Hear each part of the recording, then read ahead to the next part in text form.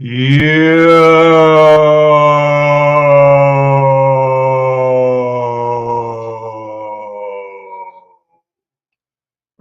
here.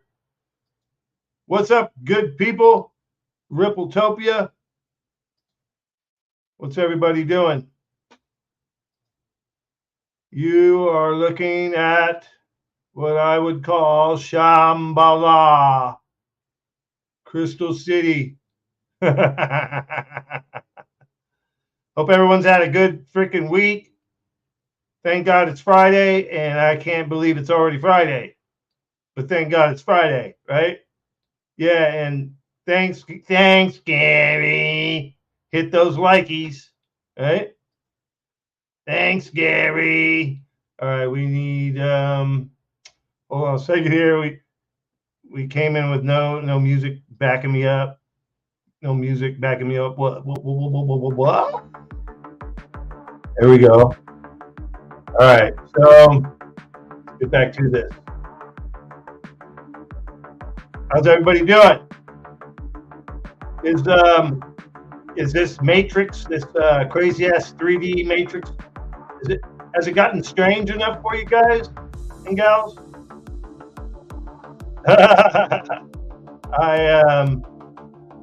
I'd have to say it's gotten pretty weird. A lot of people talking about the moon lately. The moon, I think we're going to be blown away by what the moon really is, or even what everything really is. That's just my belief, but supposedly, I don't know if you guys talked about it before. I think someone did bring up David Copperfield. Supposedly he's supposed to disappear the moon. What I heard is that the moon's going to disappear anyways, and he's going to capitalize on it. Whether that's true, I don't know. But we're in store for some weird shit, I think. And that was supposed to be in February 24. So, I don't know, man. It's just weird shit. If you listen to Cliff High, he'll tell you that it's an actual projection. And the moon, we're not seeing the real moon. So, anyways, Legendary knows what's up. Legendary knows what's up about the moon, man. Like, yeah, some weird shit. Full hats on. It's about to get crazy. Yep. Shambhala, la la la la. Basically, I've said it before many times. I'm going to say it again. Hopefully, you guys remember. First contact, I think, is going to be from Middle Earth, Inner Earth. So, higher beings of consciousness that are already here. We are castaways. We are on the Earth's surface, so we're castaways. It's as above, so below, right? Thank God it's Friday night with rain. I love it, Legendary. What's up? Nerdy says, beep, boop, beep, aliens. What is reality anymore? I know, no shit up. I did a skit with Copperfield live on stage. Shut the hell up, Legendary. Did you? Did he cut you in half? Did he disappear you out of a box? What the hell did he do? Did he dunk you? Did he? I don't know, man. Did he disappear you? All right, so what we got here? Got questions, Store Chain, and Exodus Wallet. Sean Thompson. No, don't use Exodus Wallet. I'm going to tell you right now, don't use that shit. Don't fucking use that shit. Yeah, Neo. Time to wake up, Neo. I don't know. I've been chewing on the white pill, like the white ray of light. You know what I mean? Like, I don't know. As bright as fucking could be, too. Fuck all the other pills. I'm going with the pill that gives you the white bright light. You know? Says that fucker flew inside a sealed box right in front of me. He's not human. Legendary, dude. I'd love to have you on. Love to have you come on here and talk about that more, man. You know, we want to have a good time. We want to entertain the people. So if you want to help me entertain the good people, what's up, good people? Rippletopia, you let me know. Yeah, we got some stuff for you. I have something that will help to explain the AMMs, automatic market makers. We've been talking about it obviously here for a while. We've had a lot of good input on it. Some of it confusing. Does remind me a little bit of what F.N.W.R was doing. But I think that XRP and Ripple and that whole network and community, come on, we obviously know that they're stronger than the F.N.W.R network, but anyway. Yeah, what's up, lower? What's up, lower level? What's up? What's good, boys and girls? And LEET. Yeah, Ellie's from the future, right? So, yeah. All right, so let's see. Let's go ahead and invite some folks to help me out on this freaking Friday night. And I'm feeling a lot better. Started really feeling better about Tuesday when the boardroom came on. And that's no joke. Shout out to the boardroom. Shout out to the boys. Buster, Berserker, Bazooka Blaster, Tails, XRP Bags, all the folks that provide content for everybody. It's awesome. Blair is going to surprise people, mark my words. Pay me. All right. I'm not going to hate on F.N.W.R. A lot of projects have stumbled, obviously, in this day and age. Even one of my favorites, Gala, they stumbled a lot of times. You know what? Guess what? No one's perfect. Not any project out there is perfect either. So, yeah. Hold on, Sean. Oh, what's up, buddy? Right, guy. Is the music too loud? No, you were good. You sure? I'm gonna turn it down just a little bit. No, you can turn it down if you want. You Right, I turned it down a little bit. So how you doing, Sean? Dude, chilling. Just got off work, got me something to eat, chilling. Work tomorrow, we're good to go. Did you say you got work tomorrow? Oh yeah. Yeah, trying to keep up with this fucking economy, huh? It's crazy. Basically. So yeah, exactly. So real quick, so I got a friend of mine, right? Good friend of mine. I don't know if he's listening in. I sent him the link earlier. And his question is the Exodus wallet. And I want to put it out there and talk about it later. And his other question was about F.N.W.R chain, which I'd never heard of. If anybody on the panel, as more people chime in, is it a good, is it a good thing to get into? And so I just wanted to throw that out there. You said don't get in the Exodus wallet because I know it's an older wallet. I don't know anything about it because I've never paid attention to it. Well, I just wanted to say that I think it was Exodus wallet that Uncle Buster got hacked on. Oh, okay. Yeah. Gotcha. I'm not going to say what he lost, but he lost quite a bit. It was heartbreaking, but I guess you could get screwed on anything, right? Like if people are clicking on these free NFTs, I don't know how that would work. I guess if there's a link, with the NFT, you wouldn't want to click on it. Or if you get like the dust where they send you a little bit of XRP and you click on the link, you could get hacked that way. And I think that was something that happened on the Exodus wallet, is that there was a link that was clicked on. I don't know. It's a tough one, but I'd rather have, if Buster was here, I'd rather have him explain it. For newbies, first thing is, you can't just show them, hey, here you go, you're off to the races. You really have to, people have to be told the pitfalls. Either that or they're going to learn the hard way, And that, that ad they're running on YouTube with Brad Garlinghouse on there, it, at first sight, it kind of looks real, but when you really start looking at it, you can tell it's fake, but some people might think that's real. What a lot of people don't realize is that when I got banned on my channel, I was venting about them damn scam Ripple ads that were being played on YouTube.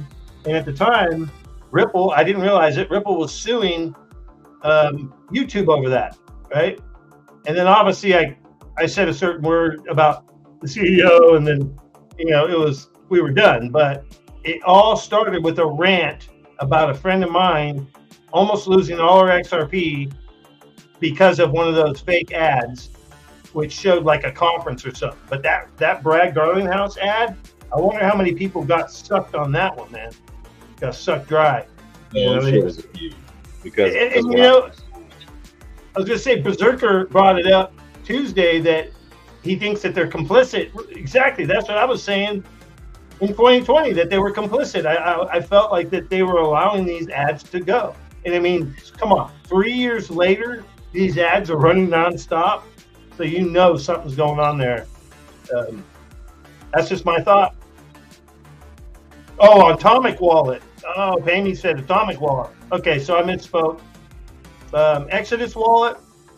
I don't know. I'm not a fan of any of the online wallets, except like a Zum, but that's mainly on your phone. I don't know. It's a difficult question, John, because this shit's not easy what we're doing. And it's scary. Some of the best crypto folks, or the people who've been in the longest, have made some pretty bad mistakes. So I don't know. Go ahead, Sean. You got something on that? No, I'm good. I'm just I'm talking to my daughter real quick. Thanks, Ty. So yeah, shout out to the chat. Thank you, Pammy, for updating us on that. Atomic Wallet. All right. Exodus Wallet. I don't know why I was thinking the Exodus Wallet, but I don't know. I look at it like this: if you're gonna lead someone to water, and you're gonna try to help them, help them the whole way, because the little things that can happen are what can change your whole destiny, right? Like someone could have like their whole life savings diving into this shit, and then one stupid move, man, and get scammed. I don't know. You got to have your wits about you right now. I'm telling you, the Matrix, and I think, if you think about it in a lot of ways, it's the Matrix a lot of times that we're seeing that are doing the scams. They're running these non-player characters a lot of times, these soulless people, because if you're a non-player character, you supposedly don't have a soul, and then that means that if there's no light, there's only darkness, right? Now, I don't know. Is that true? I don't know. I think it is possible. Cold wallets only. Things scary, right there. Hey, what's up, Ellie? How you doing, buddy? G'day, mate. How are you? What's up, Ellie? I'm doing good. I'm doing a lot better than I was last week. A lot better.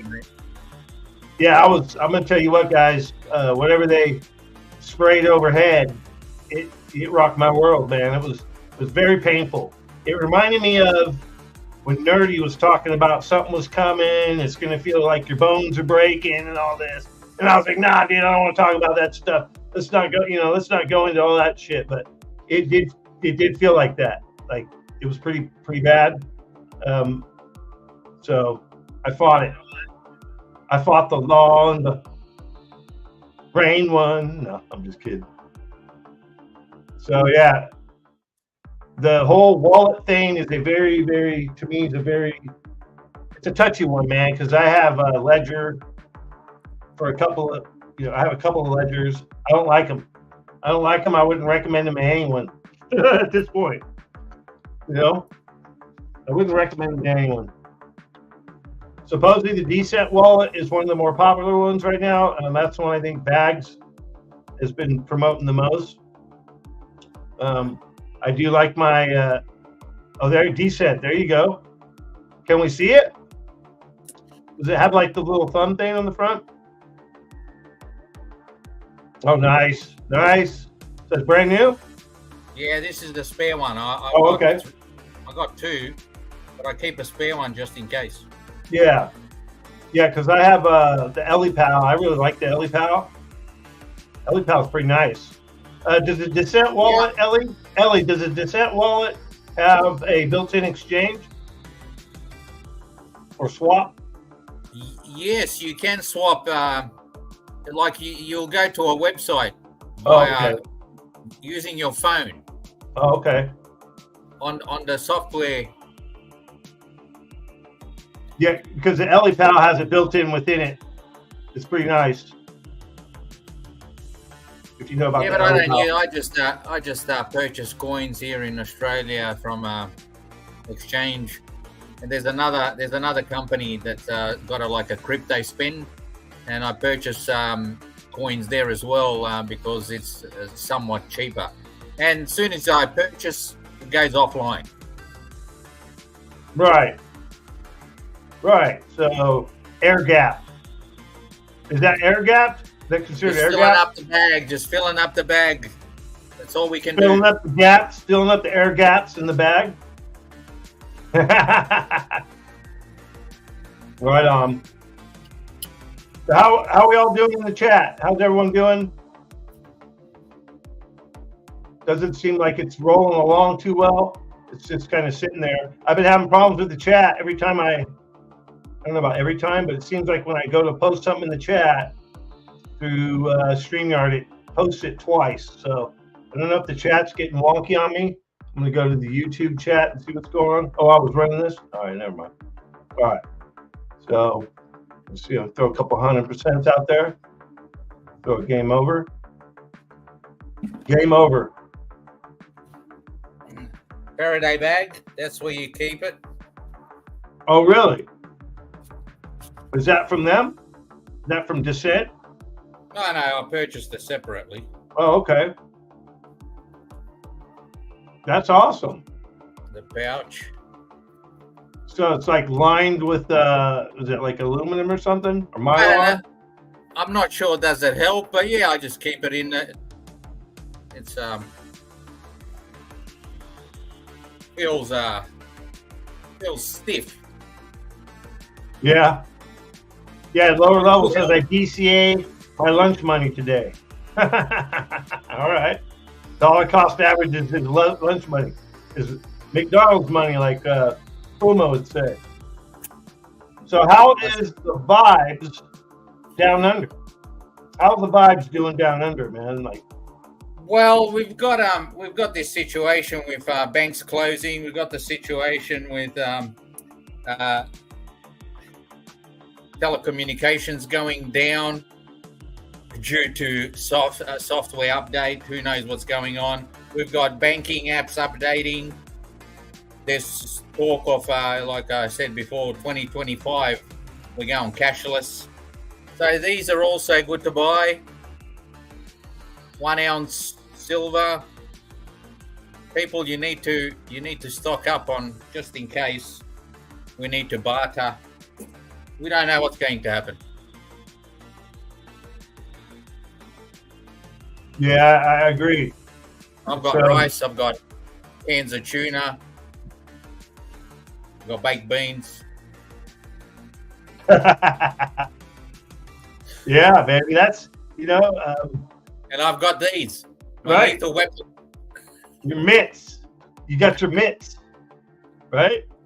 Go fuck them. Go box. Dude, if you got to, go box some freaking kangaroos for a living, right, man? Get in the pits. Get in the pits, man, and do some gambling. Well, lure kangaroos just in case if I need a bloody lift. Hop on them and they'll fucking take me where I want to go.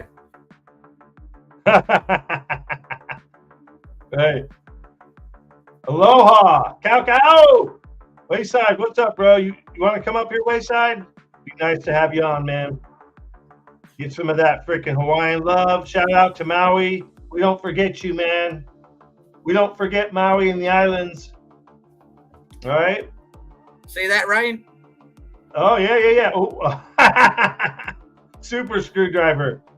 Well, I invested in one of these when the pandemic was on, just in case there was forced. Oh. So I can defend myself. You can jab them back. Yeah. That is all I need. Keep your distance. I'll fork you. I'll put you on the Barbie. I'll put you on the Barbie. When you screwdriver somebody, when you pull it out, they don't bleed, so they bleed internally. When you stab somebody with a knife, they'll bleed out. So it's worse getting hit with one of these.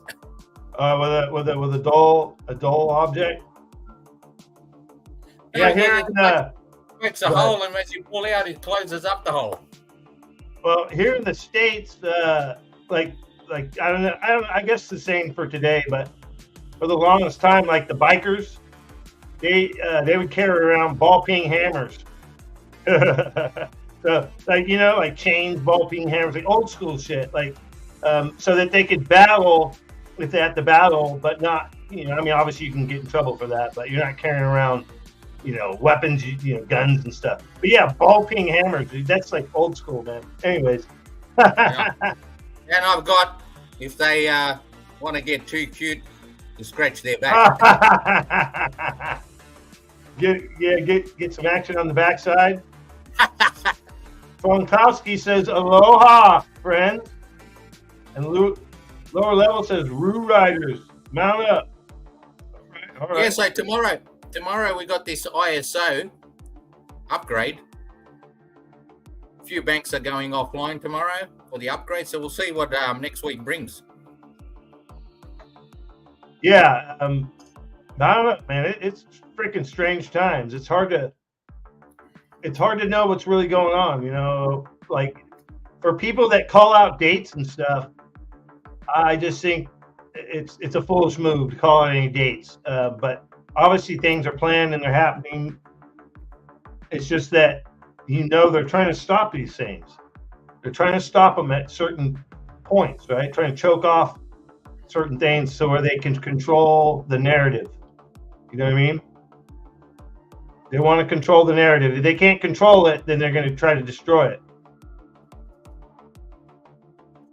Oh, we got Space Commander from Command Center observing Earth.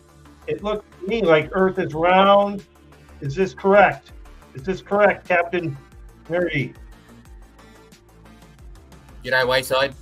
Is Earth round from your perspective, Nerdy? Copy. It is round from my perspective. Over. Major Tom, this is ground control. What's up, Nerdy? What's up, Sean? How you doing? Over and out. Do you have any updates from space, Captain? Captain reporting for duty. We've been having meetings with other life systems and working on a deal. We'll be giving you updates shortly. Over. Is that the Jupiter Accords? Copy. Is that the Jupiter Accords? Is Captain speaking? Yes. Jupiter, Venus, Mars, Accord. The Galactic Accords, as the higher beings like to call it.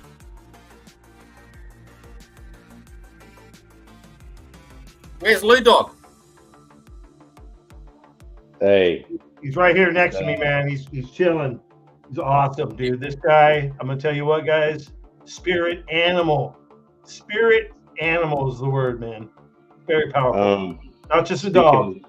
A Lou dog. Speaking of nerdy, we have to really start to pay attention to the Nerioff tapes. It's getting crazy, and that's all I can say on YouTube. Oh, yeah. Yeah, I heard there's a dump, 3-hour, is it a 3-hour phone call or something that's coming, a dump? Yeah, I already got the dump. Got it. I couldn't share the link in our circle. It wouldn't let me share it, but yeah, it's there. I haven't started going through it yet. I want to hear the abridged version first before I go through it. But yeah, dude, it is getting crazy. Did you watch Zach Rector? He was on kind of late last night, but he was talking about it. He even had Nerioff came into the stream, I guess, to chat. Yeah. No, I didn't see that, but I will tell you guys this. In 2014, Ethereum was almost on its way out the door, and it got saved because of certain things that Nerioff, intervened in. It was literally about to crash. In 2014, guys.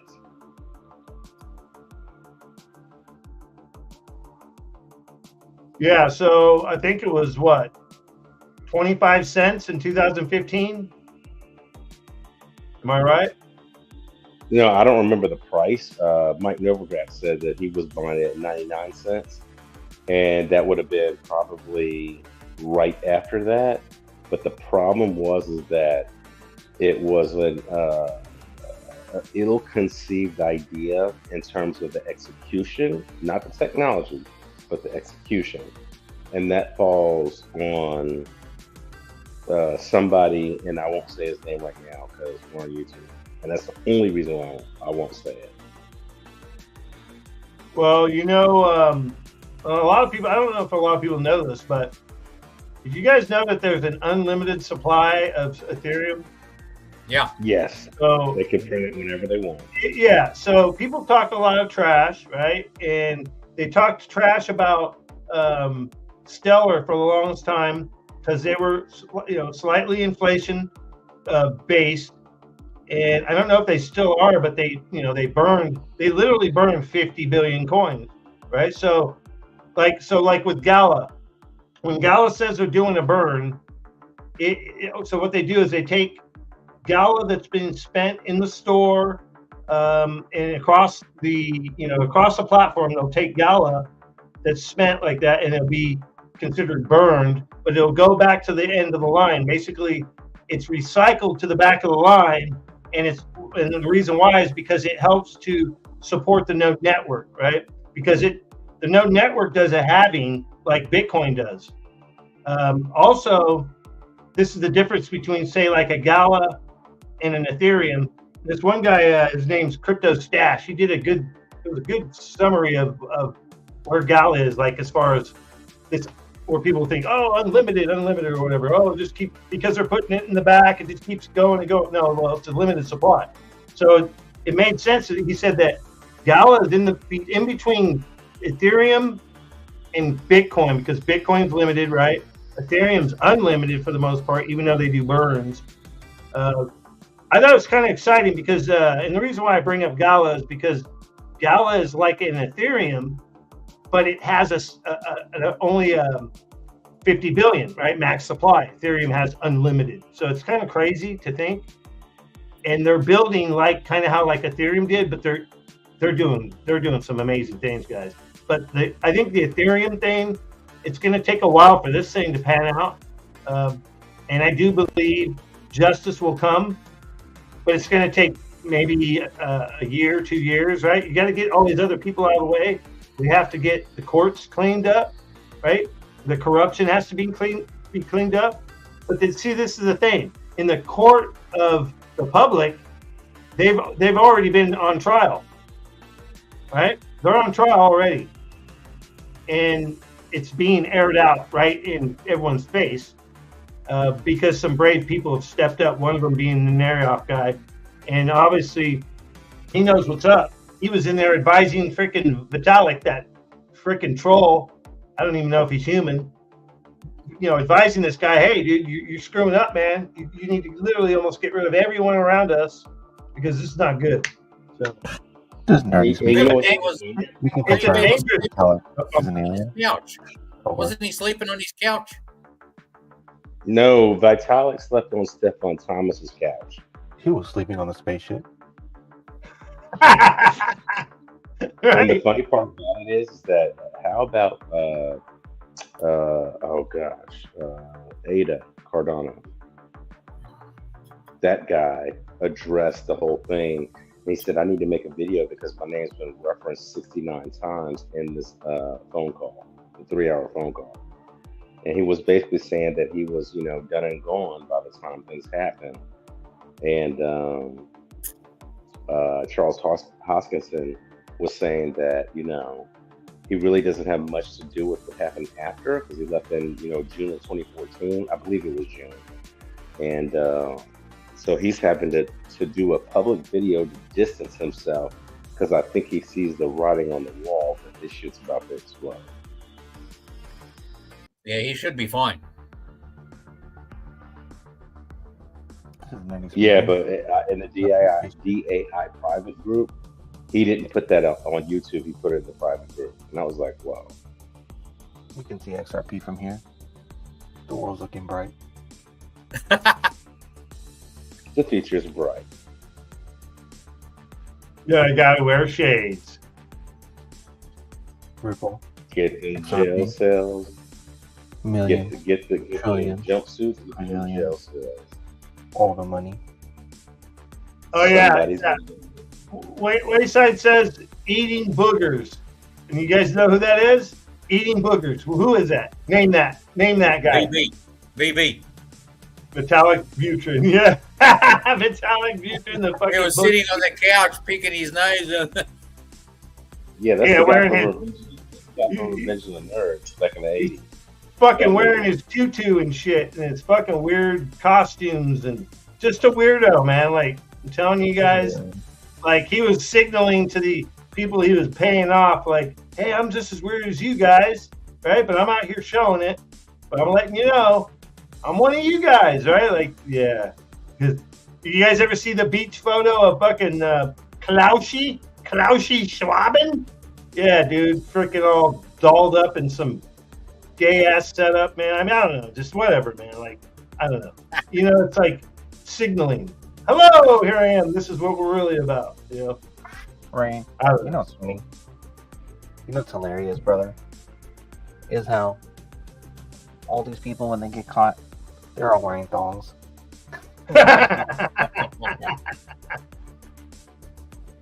Right? That's Hey, so I got I got you guys here. I have a really cool explanation about the AMMs, and I want to see what you guys think. And it's from a guy who's like blown up on YouTube. His name is Will Fix. You guys heard about him? Yeah, the old fella. Yeah. He's just even almost throwing up on my YouTube. Sometimes I'm like, man, come on, man, another damn video. So, anyways, I like his take on the AMMs, and yeah, I would like to share this real quick. Let's see here. Hold on. No, not Metallic that. got the no snacks. Metallic got the no snacks. Yeah, no snacks. Right? And he talks about glitches too in this glitches. So I kind of like it. I like it. Go ahead, mate. Yeah, I'm setting it up. Takes a little bit, man. You got to do all these different. Got to make all these different moves in the background. Making moves. Here we go. Hey everybody, Will Fix here. Hopefully we'll get into a good video for you. And Today I like I wanted to revisit a few things. right here with this guy. I want to revisit some of the price glitches, and They're not glitches. I was wondering about the purpose of why we like price glitches, and they are exciting. And I was thinking about that before I get started, though. Hey, if you like hopeful content, if you like optimism with some factual direction, not just hope out of thin air, but things that are true and that bring light to why we should hang on to XRP, XLM, several of the ISO coins that I cover, then hit one of these for me and subscribe. Also, you can hook up on my Twitter. Sometimes I release stuff on there, like some of today's price glitches was released a few days ago on Twitter, and my Twitter handle is @WillFix7. So give that a follow. Also, in the description, there's a few links. I have a Decent wallet link. I did a video on the Decent wallet. I replaced some of my other wallets that I had that were cumbersome and hard and had difficult instructions to add certain coins on other networks. And the Decent wallet didn't have that issue. I like it because I don't have to punch in the password. I can just use my thumb. Anyway, there's a lot of advantages to it. Just check that link out. Also, if you're interested in tokenized property, I have a link for Lofty down, and a bunch of you guys have used that link, and I've gotten some feedback on that, and it's pretty fantastic. They use Algorand, but you can own tokenized property for as little as $35 a token and earn a little bit of rent and earn, a little bit. It's actually high percentages, up to 23%. So if you like those links are in the description. Okay, that's enough about that. But I appreciate it if you guys use that. So I was wondering, why do we like the price glitches? And so in thought about that, I think it's the curiosity and the excitement of it. One of the glitches was $5,800 November the 2nd of this year, or November the 12th of this year on Binance. And it was discovered by a guy named Edward Farina, leader of social adoption of XRP healthcare. Edward Frankowski posted a screenshot of it. $5,805. Okay, and I want to throw this in as a mention. I don't know what the title of my description is going to be yet, but the automated market maker, okay, that I talked about in the previous video, that XRP is going to have, that will do arbitrage trading on your behalf.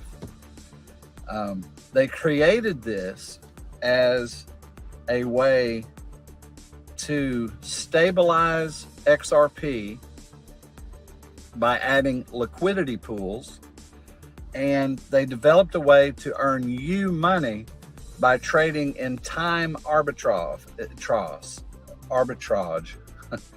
And what that means is, if you didn't see the other video, is they're harvesting on the volatility of XRP.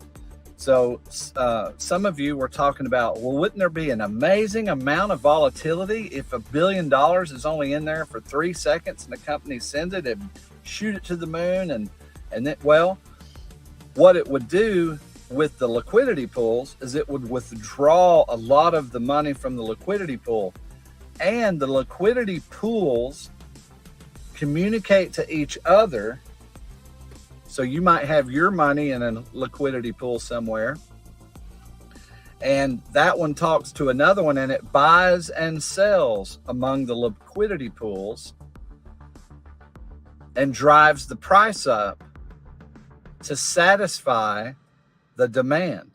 Now, once it's buying and selling, it harvests the difference for your behalf. So you make money. Okay. Now, what I want to do is proof of concept. I'm going to use that as a proof of concept on my discussions about how XRP will go to the moon by simply having usage.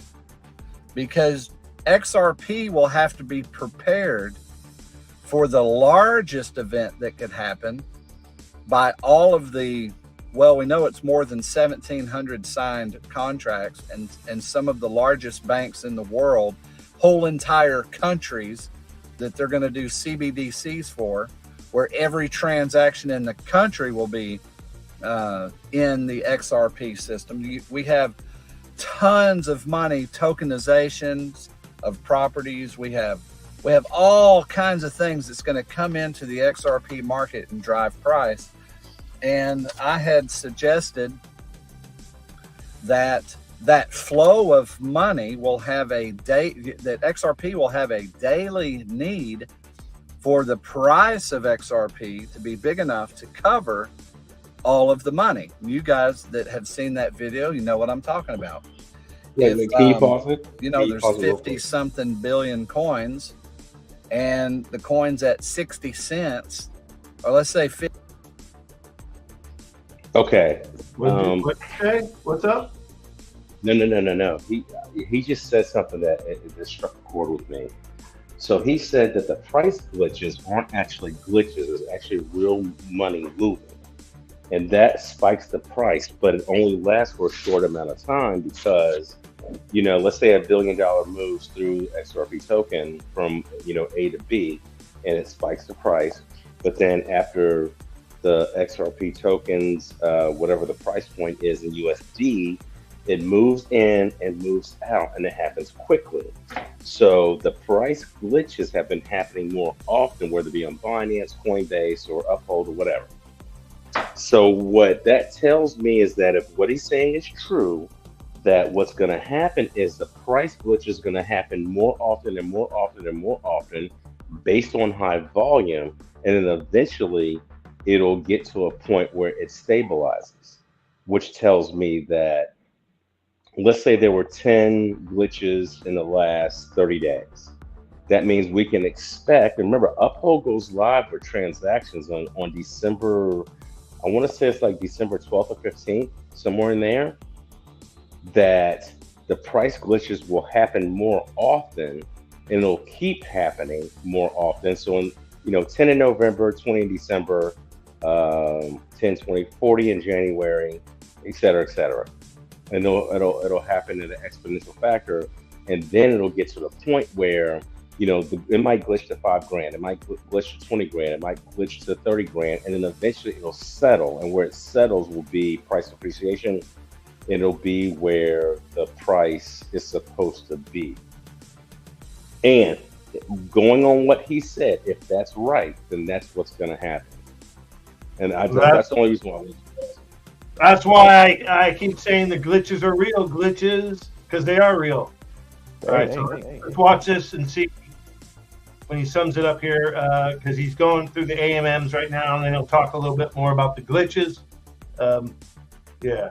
So shout out to Chip. What's up? Chip's never been here on this show, the new show, and you can't really see it right now, but the background is an original rain here graphic that Chip made years ago. Glitches, bitches, right here. Right. Yeah, right here. Tells me we're close as hell. All the glitches, they're all real. That's exactly what we've been saying from the start. The glitches aren't glitches. 50 cents for second numbers. And there's 53 billion coins. Well, if it's at 50 cents, you can only move half of that money, right? 27,500, whatever it would be, right? Dollars. 27 billion dollars would be all you could move. Well, that would be entire countries, all of the banking, that's not enough, is it? So without buying and selling, XRP, without buying and selling, just banks sending money through, which isn't necessarily buying. You can lease. It doesn't matter if you buy or lease. If the money's in the system, it's inflating the price because the need of liquidity. And this AMM, this automatic market maker, is proof of concept. They're using that same thing for you and I to be able to benefit, because XRP has to prepare. This is one of the key points that I want to say. Why did they make the automated market maker? Well, they first are going to satisfy their own needs. They're going, oh wow, we're going to need to be able to have huge XRP price adjustment here. How are we going to do that? Well, I know how we'll do it. Along the stream of money that XRP is going to be sending money to all the locations, what we'll do is we'll put these little side compartments of liquidity pools that people can put. And as soon as this great need creates a vacuum in XRP, it'll suck all that money into the stream and cross communicate, jacking the price of XRP to satisfy that need. Now, they've created this for you and I to take part in the liquidity pool.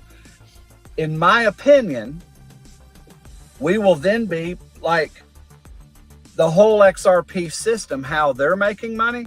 These are little subcompartments of how they're making money by the price being driven by demand of what's in the system.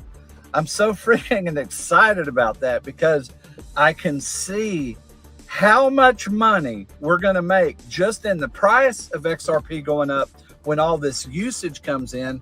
But also, if we leave our money in the system and become part of the liquidity pool, then we're making an arbitrage difference on the volatility. So as it's doing this, it's scooping money off.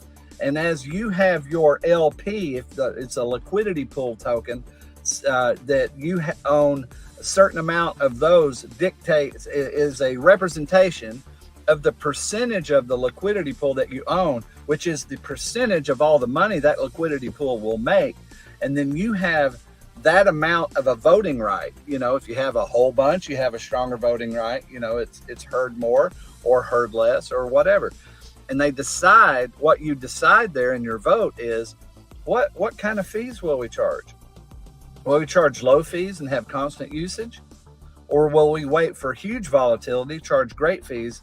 You know, because the system's going to use that flow going through it's going to know, because these are smart contracts, where the cheaper money is. It's going to draw that first and use it first. So you could make money by volume, or you can make money by just being high priced, and really doesn't matter. I would want to split between two liquidity pools and then see which does better. But anyway, that's proof of concept of what I said in one of my previous videos, talking about how the price of XRP, whether you buy it or lease it, it doesn't matter. If it gets in the XRP system, it's going to inflate price because of the need of coin to transfer the amount of money that's going to be transferred. So the price is going to have to be bigger. Real simple. Well, the automatic market maker, it's doing the same thing. Now, where'd they get that idea? I think they got it from their own way that they're going to handle liquidity in the first place. That wasn't a brand new invention. I think they just thought, hey, let's make liquidity pools and let everybody share in the profits. So, all right, so Legendary nailed it. He said we're halfway to 80% approval for the AMM. So, you know, I said this recently too, when this shit was going down, when people were all bitter, and because, you know, supposedly because they didn't get funded right by Ripple to do their projects, and supposedly they're the ones holding it up. I was, regardless of that, right? Like, I was basically stating how decentralized the ledger and everything is, right? And what Ripple's doing. You know, yeah, they go around and they sell software and they make deals, but the ledger itself, they just can't go and go, hey, you know, this is what we're going to do, and, you know, and you know, screw you, we're just going to do it, or magically they just do it. Like a Vitalik or whatever would probably do whatever the hell he wants, right? Like, yeah. So anyways, I don't know if you guys wanted to continue watching that, or if you wanted to discuss this stuff. You guys want to watch this anymore, or do you want to talk about? No, but whatever he was saying is exactly true. That's what the liquidity pool is, right? It's like the more liquidity that you have in the pool, is like the less volatility you have, and the more the arbitrageurs making fees. Like, it was perfectly explained. That's exactly how it works. Hey, Chippy, Potato Chip, you see that background? You see that background, son? Yeah. Chip made that right there, guys. It's pretty badass. I pulled that out of the archives, Chip. I had a computer that I used to stream back in 2020, and I wasn't using it, so I forgot the password. Almost didn't get into it, and it had a lot of the assets from back then when I was doing the Rain Here show. This was one of them that I found. So, and there he is, the freaking Bitcom Shiller's here, guys. Bitcom Shiller's here, guys. Watch out. Be careful. Chippy! Are you salty? Are your nuts salty, Chip? It's a question. What do you mean salty? Are your nuts salty, or are they unsalted? I'm going to go with unsalted. Unsalted. Yeah, because my chips are super salty, bitches. Yeah, fucking bitches. Hey, yeah, that sounded like a little. That reminded me of what's his name, fucking Baby Puss. Baby Puss, dude's a legend. Baby Puss had its moment. What's up, Sean? Chip, I'm coming for the OTC keychain. It's gonna be off the chain. Off the chain, baby. Yeah, they're shipping this week, so I should get them soon. I'm gonna try to get one from T-Boone. I don't think he doesn't have them. He shipped them to me, so you'll have to get it from me. Oh, okay. Well, then I'll need to drop. You're gonna have to get it from me, huh? From me, yo. From me, huh? You know what I'm saying? You okay with that, huh, DJ? You okay with that, buddy? I'm down with that. No, because I saw the production process on Twitter. I was like, that is too cool. Oh, it's so fun to watch it. I mean, all those crazy noises too. It's like beep beep beep with the lasers. Hey, Yeah, Chip, so, hey, Chip, do you remember this background? of course, man. I remember that. I remember making that. Yeah, dude. So, yeah, it's crazy because when I put it on here, it gave it a black background, and it really made everything pop. I don't know if it was originally like that. I think it was more white with maybe the grays. So I don't know. It just looks good to me. Just had to share. No, that is cool. That's old school as hell. That's awesome. Rain here. So the story goes, everybody that doesn't know, Chip and I used to do shit back in the day, and I actually have the footage of when I called into his show and I got him banned for 2 weeks. I have that show, dude. Yeah. Yeah, I remember that. It was like off for my channel got shut down for 2 weeks. Right. It was because of me. And then so after that, I was it was like, wow, man, Rain, watch out. Rain's dangerous, dude. He'll get you in trouble. No, well, it's that guy. Because I think you said something about Palm Beach or something, and that guy Tiki Tawari, his company, is the one that banned it. Wow. Yeah. No, I was talking about DUMBs. I was talking about deep underground military bases, bro. Oh, okay. All right. No, I think that's what they use. No. That's the excuse they used, because when I had my stream banned, it was just a stream.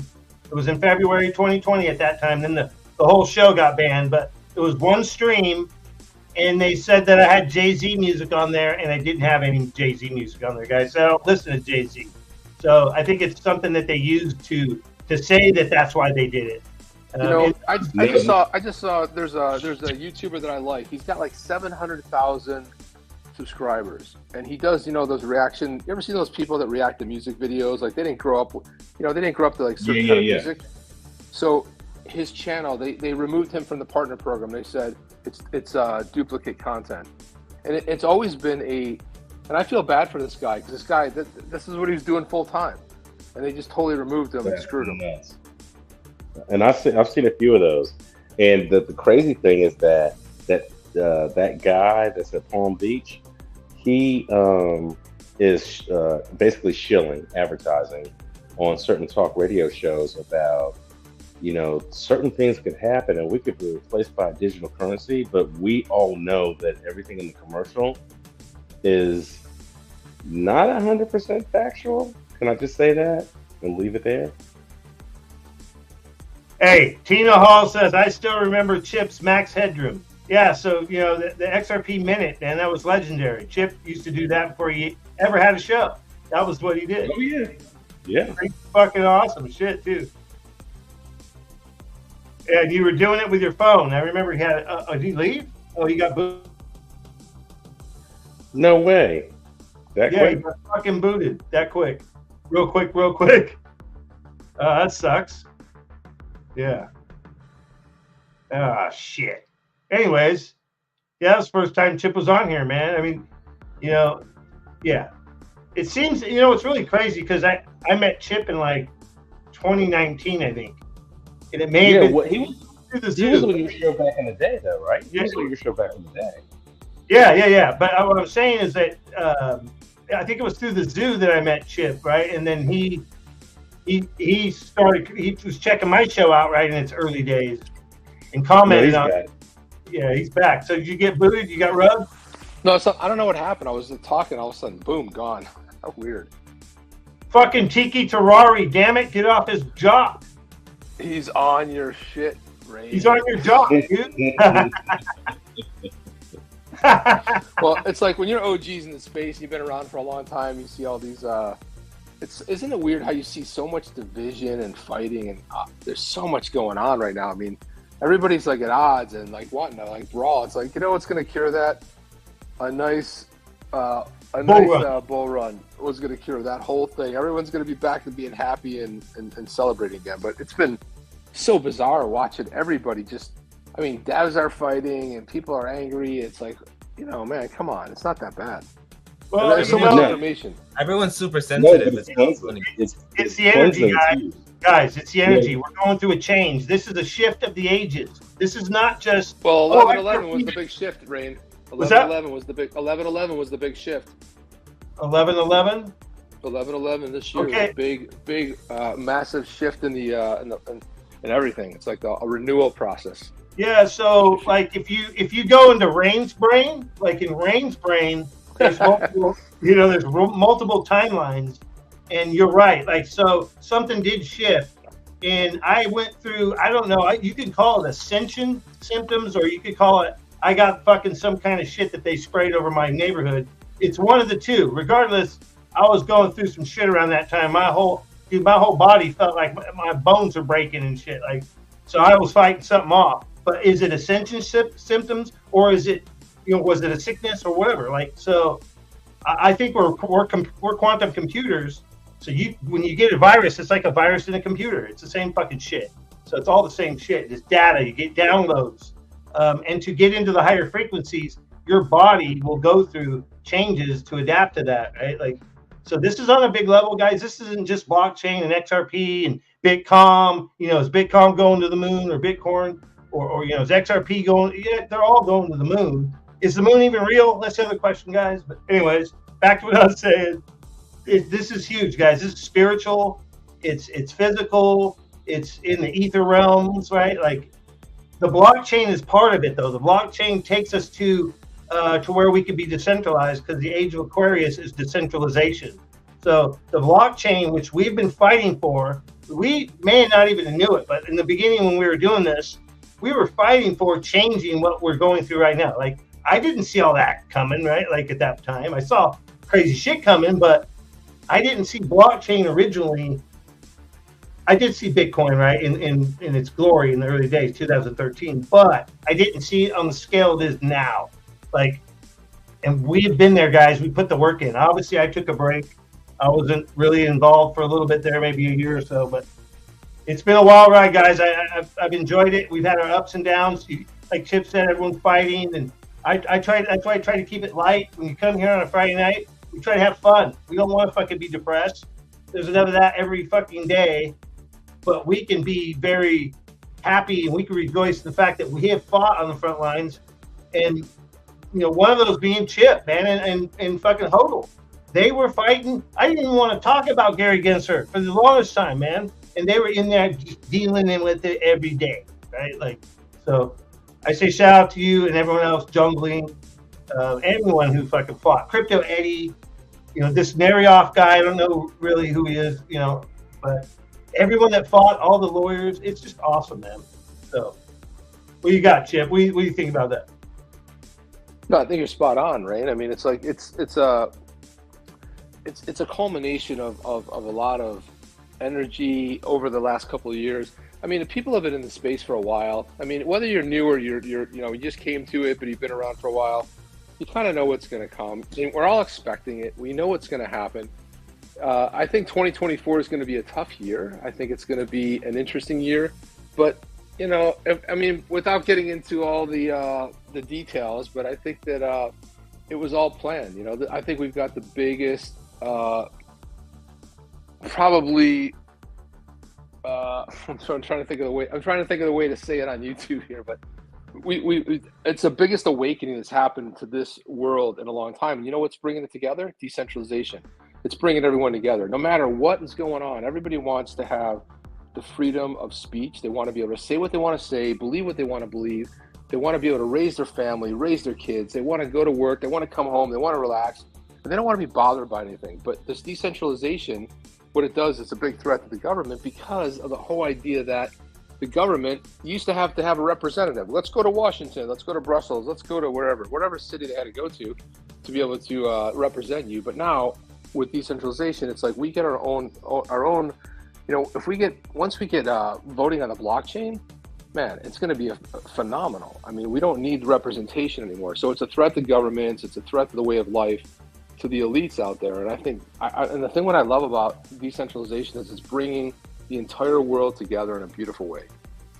You nailed it, bro. You nailed it. So, what's really crazy is that when people put something on the blockchain, it cannot be removed. Really, you'd have to destroy the whole network. Like if it's true that McAfee put some stuff on the blockchain, right, through his coin, the WAC token.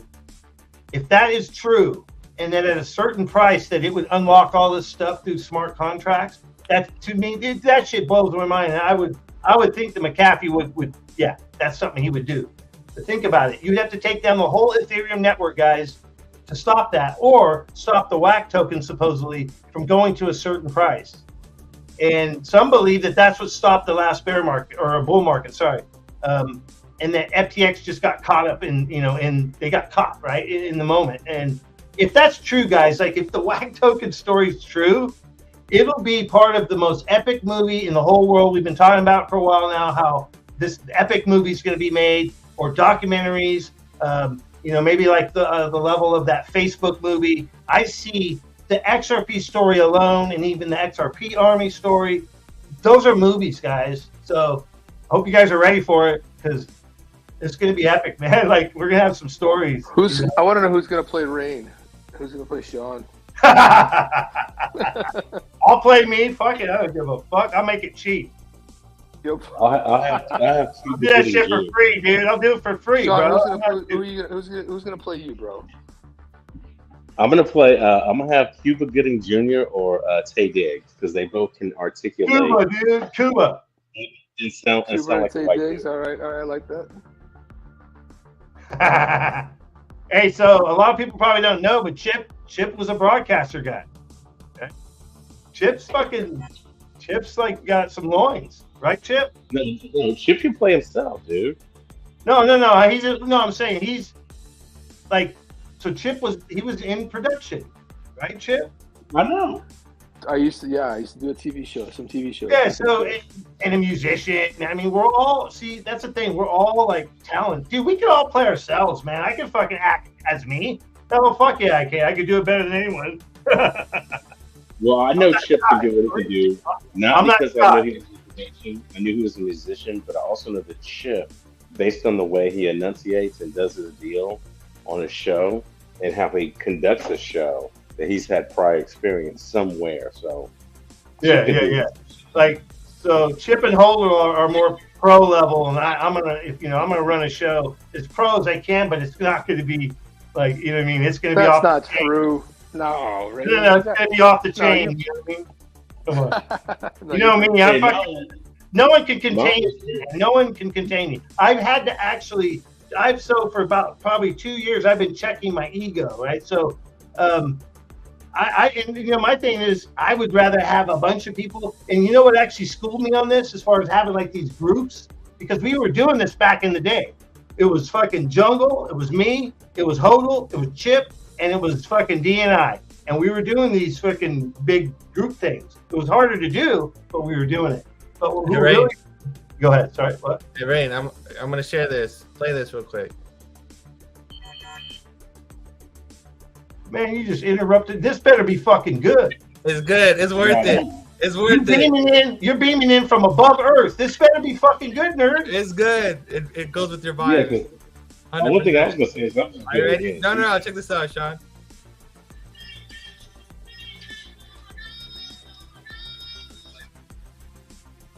Jackpot, bitch! Mainnet, bitch! I'm rich, bitch! Bitch! Billionaire, bitch! Trillionaire, bitch! Quadrillionaire, bitch! 50,000x, bitch! 100,000x, motherfucker! Ching ching, motherfucker! Slice and dice, bitch! Unlimited and boundless prosperity and riches is coming your way now. Glitches. Your way, motherfuckers! Get ready! Dude, whatever happened to that guy? Whatever happened to him? That's classic, dude. That's beamed down to fucking Earth level shit right there, I used to dude. love his Just beam videos. that- Whatever happened to that dude? Does anybody know what happened to him? Dude. I don't know, but what the fuck? Is that old or new? That's old, dude. I saw another video of him the other day. He was bagging out XRP. Oh, he's always yelling at.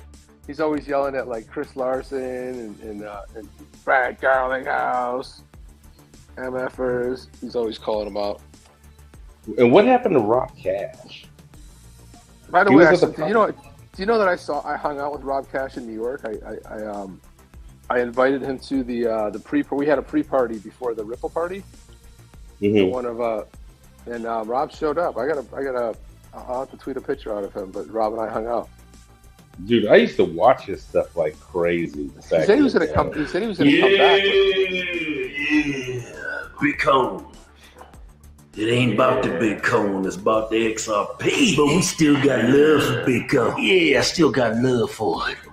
But let me tell you something. The XRP is going to the moon. Yeah.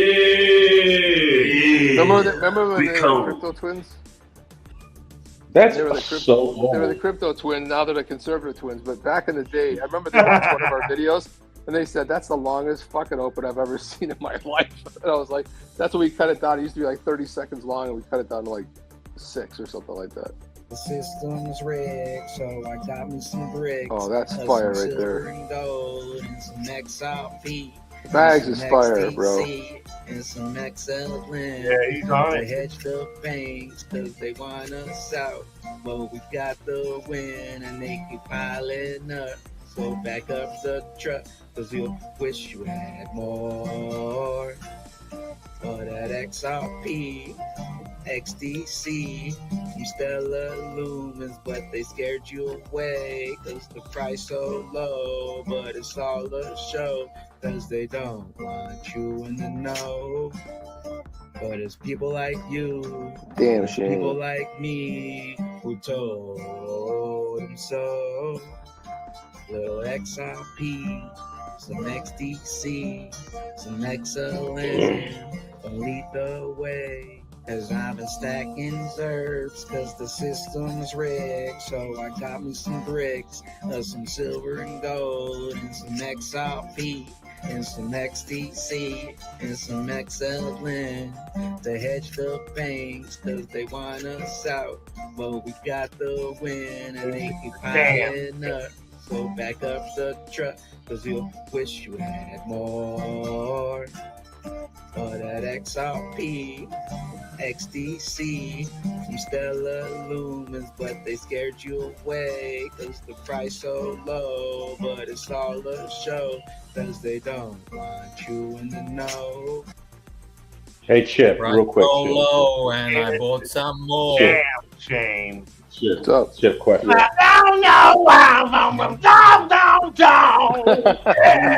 Oh, damn shame. It's a damn shame. How big do you think the music business around crypto is going to voluptuate, to use Jamie Foxx's quote, will voluptuate once XRP goes to, let's say it goes to $50. How big do you think the music industry will get? Real quick, did you say voluptuate? Yes. I say, give him a brownie button. Give him a brownie button. That's a big word. Voluptuate. Voluptuate, Yeah. baby. No, I think I got that. That was an old Jamie Foxx word from his TV show back in the day.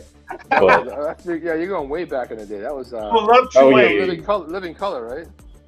yes. It might have been the Jamie Foxx show. Fucking voluptuate. I'm sorry. Go ahead. What were you saying? Go ahead. I'm sorry. No, Linda P. Jones said, oh, sorry. The question is, how big do you think the music industry will change? This is the Chip, specifically answering as musicians, that the music industry will change once, let's say XRP goes to $50 instantly, that the focus will change to a lot of these people in the music industry, they have XRP. They haven't said much about it, but once it does its thing, it's like, oh, we got to talk about it. So that's my question. How big do you think that will change the focus in the industry? Whether it be hip hop or rock or country or whatever. I think there's a lot of factors. There's a lot of factors involved in that, but it could be a shift. I mean, it could be an interesting shift, but I don't know. I'm not 100% sold on like we don't really know how it might be affected, though. That's the part I'm a little bit unclear about, but it could be a big one. Well, listen, No. Listen, before we go any further, listen, Rain, thank you for having me, man. I gotta get going, but I wanted to say thank you for having me. It was great connecting with you guys. I don't usually do this on Friday nights. Usually I'm busy on Friday nights, but it was so awesome hanging with you guys, man. Later, Chip. Thanks for coming by. Hey, Thanks, appreciate you coming on and letting us banter back and forth and get. Yeah, it felt good. Goodbye. Man. Do it again. All right. Later, Chip. Thanks a lot. Cheers, man. Take care. See you guys. Take care, Florida. Stay classy, Cheers. Florida. See you, man.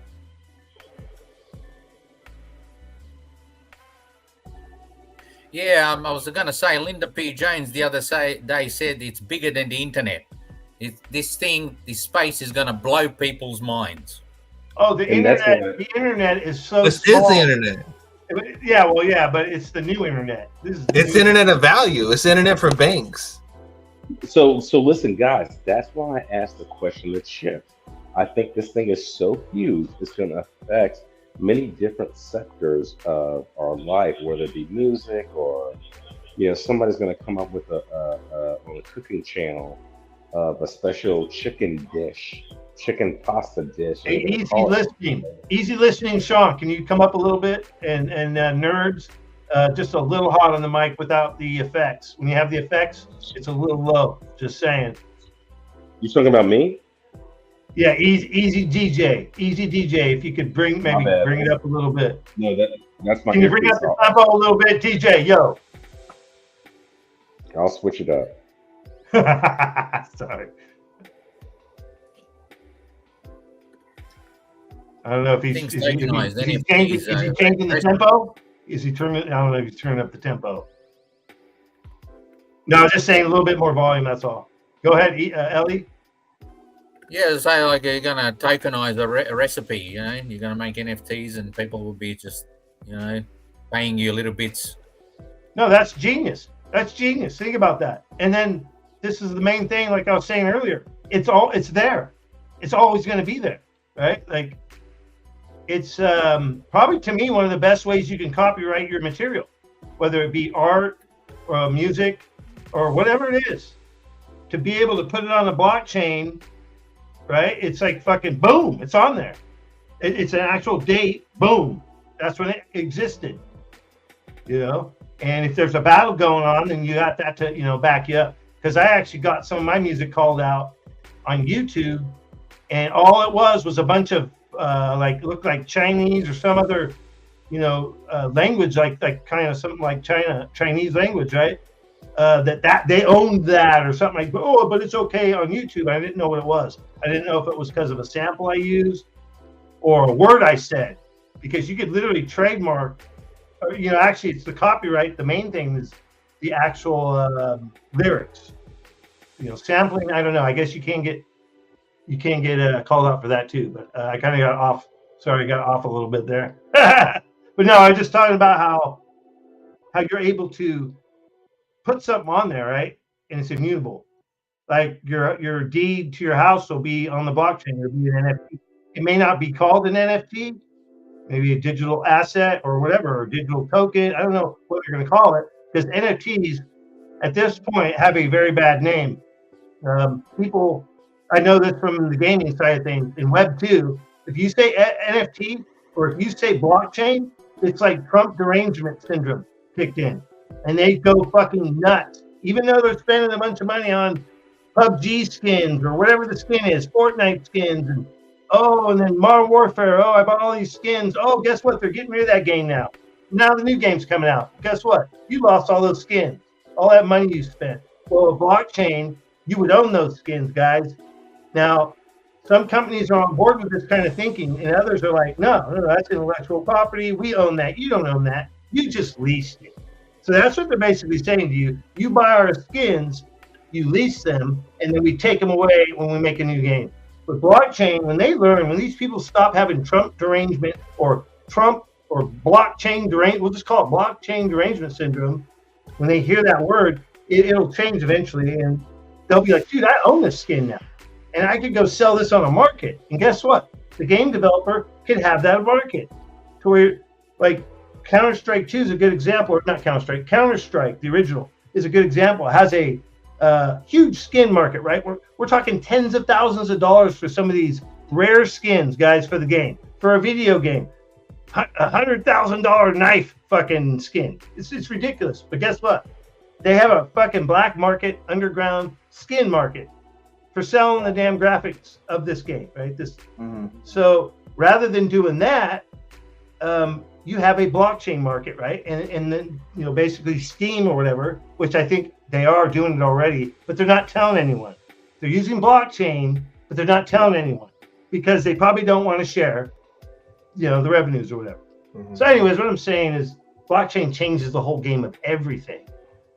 But to use video games as an example, or even music, film, right?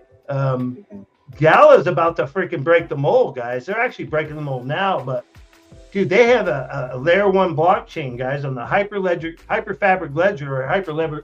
Oh, sorry, I can't even say it. Hyperledger Fabric, and it is insane. And so, like with that, what I like about what Gala's doing, it's basically, to me, it's an Ethereum killer, guys. That's what Gala is. Okay. Basically, you'll be able to have channels, which I don't know if those would be considered like side chains. I guess they would be considered side chains, like what XRP's doing or Ripple's doing, right? They have channels. So each game or whatever it is, film or media conglomerate, whoever comes onto Gala, they can have their own nodes and they can have these channels, and they can actually have their own TV channel. It doesn't affect the rest of the network. So if one channel is doing something wrong or does, you know, is lagging down the network because they got a bunch of meme coins or whatever they're doing, it doesn't kill the whole network. It only would slow their network down. That's running it. I'm getting on some rambles. Sorry, someone nerdy, you ain't talked in a little bit. What you got, sir? Yo, can you hear me better? Sounds good. It sounds good, Space Cadet. Awesome. Yeah, I was looking into Gala the other day, and they got some good stuff going on. I saw like how on the films, how you can actually own a piece of the film. So if, like, let's just say they want to start selling the movie, you would own a piece of that movie, like you would own a piece of that sale, which is pretty cool. Like, let's just say like you're a really big fan of a movie, you can buy a piece of it, which is pretty neat. Same thing with the music and stuff. I thought, you know, you're right, they're doing some pretty cool stuff. I was looking into it, hit my curiosity. Hey, we got GDLT. No one told me we had GDLT in the chat. I've been watching the chat. I think G should hop in. No shit, huh? We're gonna put the link in the chat for all you glitches in fucking Glitchville. If you want to come hang out, get your glitching ass on up here, because glitches are real. Glitches. I'm about to activate the tractor beam. We're about to sum it up. GDLT says everything is interoperable in the future. You're being beamed up. Beam me up, Scotty. Come on board. Money platforms, video games, bodies, consciousness, all interoperable. We are quantum computers. You heard it here first. Bro, you know what, Rain, you know what I'm most excited for, to be honest, is the time travel. I think like the whole like galactic travel and stuff and time travel. Yes. I think all that stuff is gonna be dope. I'm really looking forward to it. Oh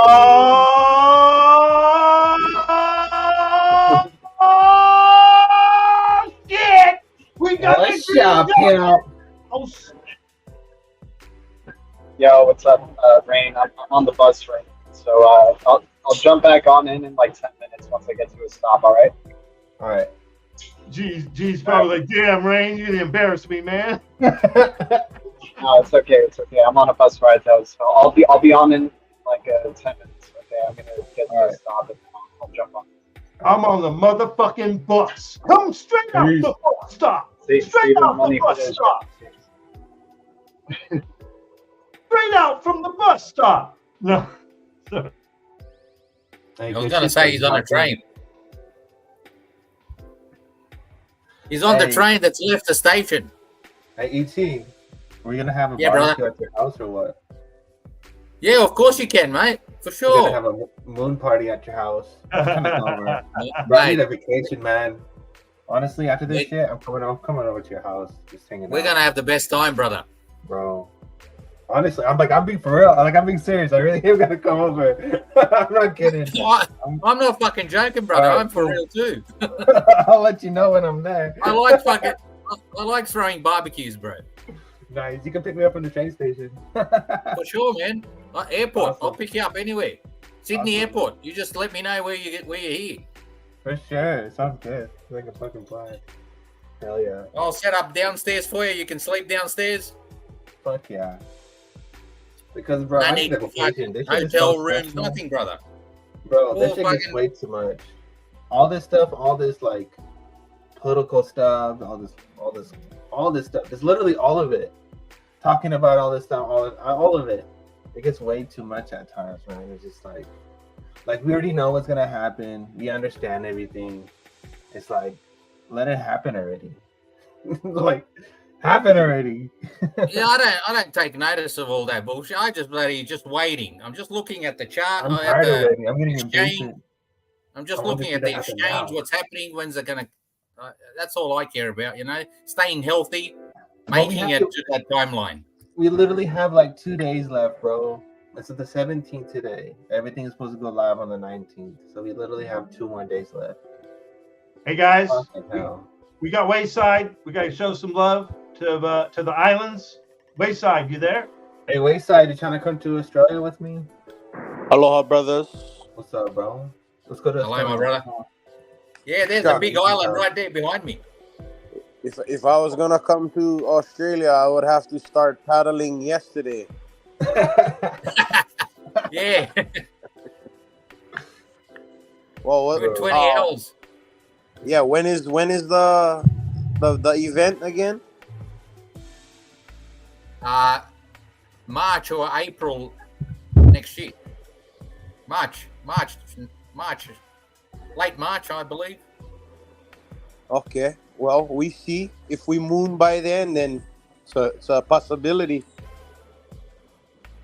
No, you talking about the Gold Coast? No worries, Yeah. Wayside. Yeah. I've got relatives up at Gold Coast, so we'll meet up there. Okay. Where is that? Melbourne, right? Up in Queensland, Brisbane, Oh, in Queensland. Gold Coast. Oh, Nice.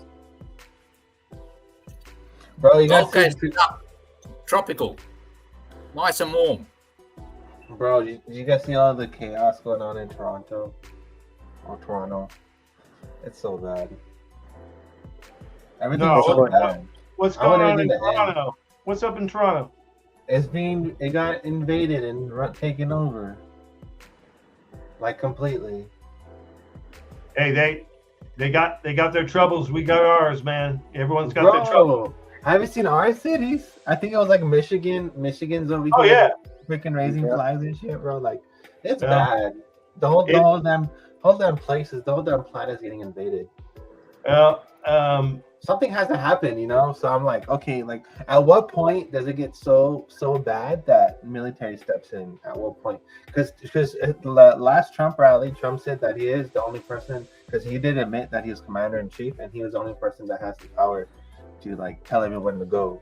And then today, if you look at the tweet that he said, that the Truth Social thing about his sister how passed away, and he was like, funeral now. So I wonder if that's like a signal where like shit starts to happen now or something. I don't know, man. I just want shit to happen already. well, hey, don't get too. Like you just said a little bit ago, man. If you're in there too much, man, this is what they say. If you look into the abyss long enough, it's gonna look back at you. So like you have to be. If you're not in the light, sometimes, man, you got to pull yourselves out of those fucking trenches of despair, man. Because I mean, that's what the world presents us every day. But there's always good stuff. There's always stuff good, though. We're so close, bro. We're so close. Well, all I know is that shit's about to pop off. I heard it was predicted that the generation now, the generations that are here now, are going to be part of the golden age, right? And then so with all the generations now, there'll be 2 more to come. So it'll be all the generations now, right? All their lives in the years or whatever. You add all those up, whatever that is, and then 2 more generations of fucking Renaissance, guys. I'm telling you. Did you see Renaissance? Did you see the fraternal chart though? We are like, okay, so our generation, well, anyone who's like 30 and above, so between 30 and like 60, right? Anyone between this age, a lot of us didn't have kids, and we're the last generation who also did have kids. So it's like it's a weird dynamic there. But anyone 30 and under is not even having kids at all. Like complete population decline, like completely.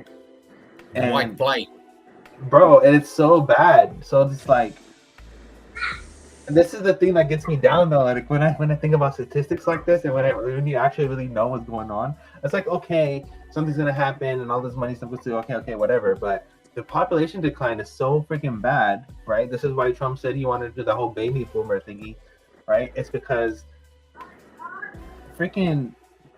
Okay, you know how we have we had the open borders and everyone came in, right? They could literally replace us, like literally, because it was all males that came in, right? There weren't women, there weren't children. It was middle-aged men that came in, like by the thousands. Bro, they're all going. Yeah, they're all going to be on vacation, man. They need on the way out. Everybody needs to go home, bro. Literally, everyone just needs to go home, and this is not the home. You know what I mean?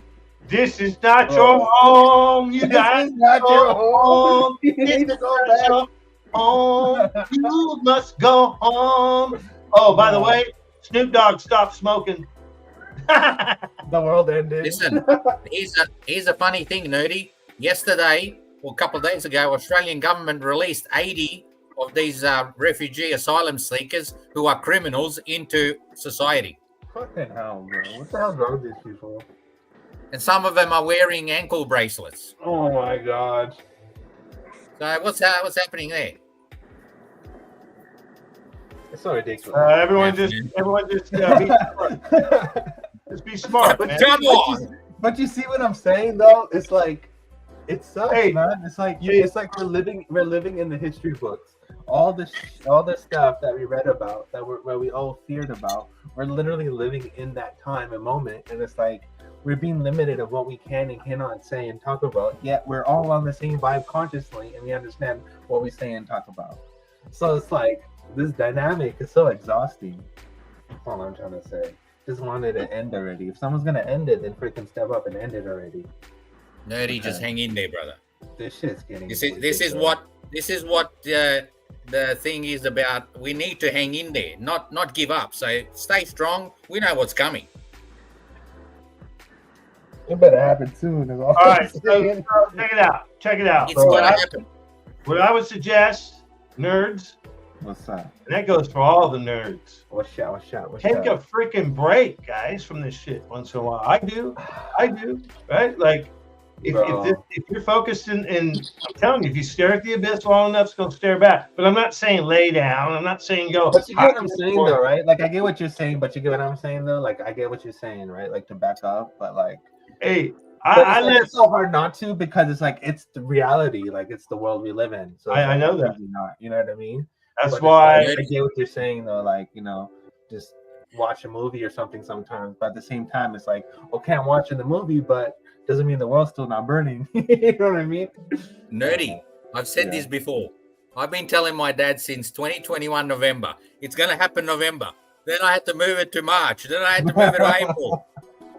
He's today. I said November tomorrow, and he's going, "What's going to happen tomorrow?" I said, "Tomorrow, just wait, watch and see." Nothing happened. GDLT said Snoop stopped smoking so he could stay healthy enough to see his bags blow up. Because he's on this. He's into crypto, dude. Everything in history is being repeated. The remake generation. Yeah, true, man. Hold on. G's got a lot to say, man. Nerdy, I hear you, man. I've been riding the bus for almost a whole year now, waiting for this to pop. So yeah, earlier, GDLT spoke some realness. He said, I'd like to buy a car, right? but I'd rather buy XRP. So he's actually sacrificing his lifestyle, right, for XRP. He sees the vision so strong when others are caught up in the matrix, which, you know, I get it, nerdy. It's the matrix, man, but we gotta watch it, man. We can't let it dominate us, right? So like he's showing that, you know, when you sacrifice a little bit, and a lot of people are doing that. There's a guy, he's called Crypto Life. There's this guy called Crypto Lifer, and his story is he went all in on Bitcoin, right? And this was before he had a very successful online YouTube channel. He went all in on Bitcoin. He said, I sold all my stuff. I think it was like 2017. Yeah. 2017 or so, I think. And he's like, I sold everything I had, and I rode around on a bike for a couple years. And he's like, and then I finally, you know, it worked out for me, right? And now he's a very successful YouTube dude, doing charts and Bitcoin. And he's actually really good, guys. I'm not really into charts, but this guy's fucking good. So it reminds me of that same story where, and I thought about selling my house and freaking investing in some of these chains, dude, right? And living on some land, squatting on some land up in the hills for a little bit for a year or two in a freaking trailer. I could literally straight out the trailer. You know what I mean? I'm ready to go right straight out the trailer. Straight out the trailer. Straight out the trailer with this Bitcoin and XRP and everything else, right? Hold on. What up, guys? Hold on. What's up, G? Straight out the trailer. All right. Holy shit! What was that? What's up, Belly? What up, Nerdy? What's up, bro? Hey, I just got kicked out. Nerdy, I hear you, man. It's you know, it is especially after holding for so long and stuff. You just kind of want to see 5, 8, 9 already. And then even when you do like sit down and go watch a movie or something, even in the movie, it's like telling you subliminals about Ripple and XRP. So it's like everywhere in your life. You're like, God damn it. Exactly, bro. Like you're watching the movie and it's like, oh, like I didn't see that X. It's like a clear ass big ass X. Like, or like someone's talking about some ripples, or someone's talking about some liquidity or some shit. Like, hey, can I tell you part of my story? Yeah. Real quick. So here's the funny part.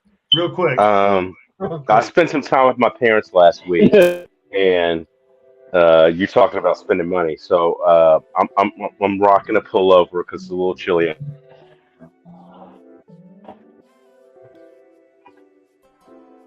Oh damn! What happened? You're muted, Sean.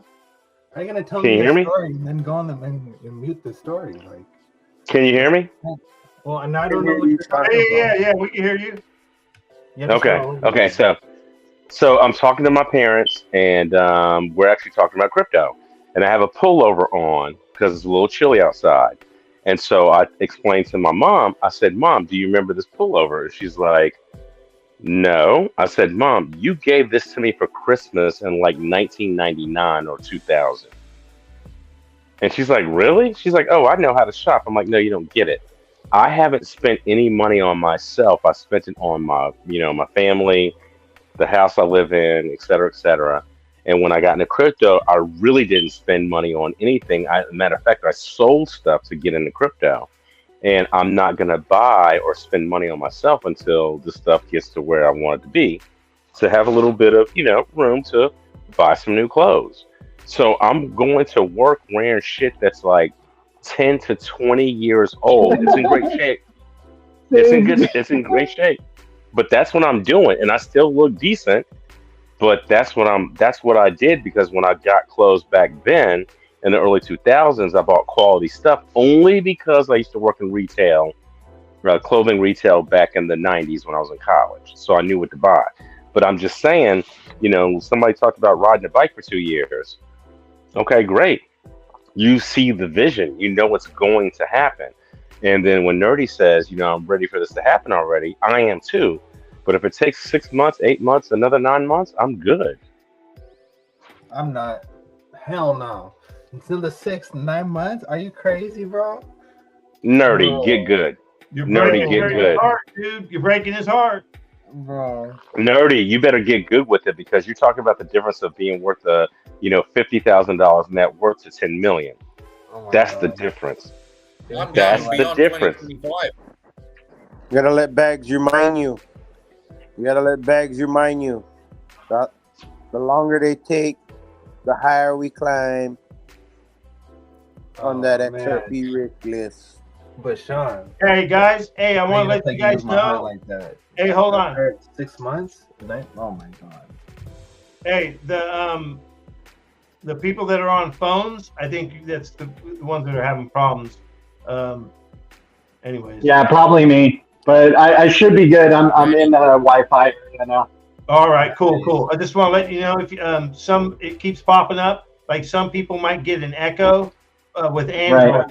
That's another. There's a little bit of an echo there, so that's all right. I usually mute. I try to mute though when I'm not talking. It's my way I've been working it. Right on. Nerdy Wednesday. So back to Nerdy.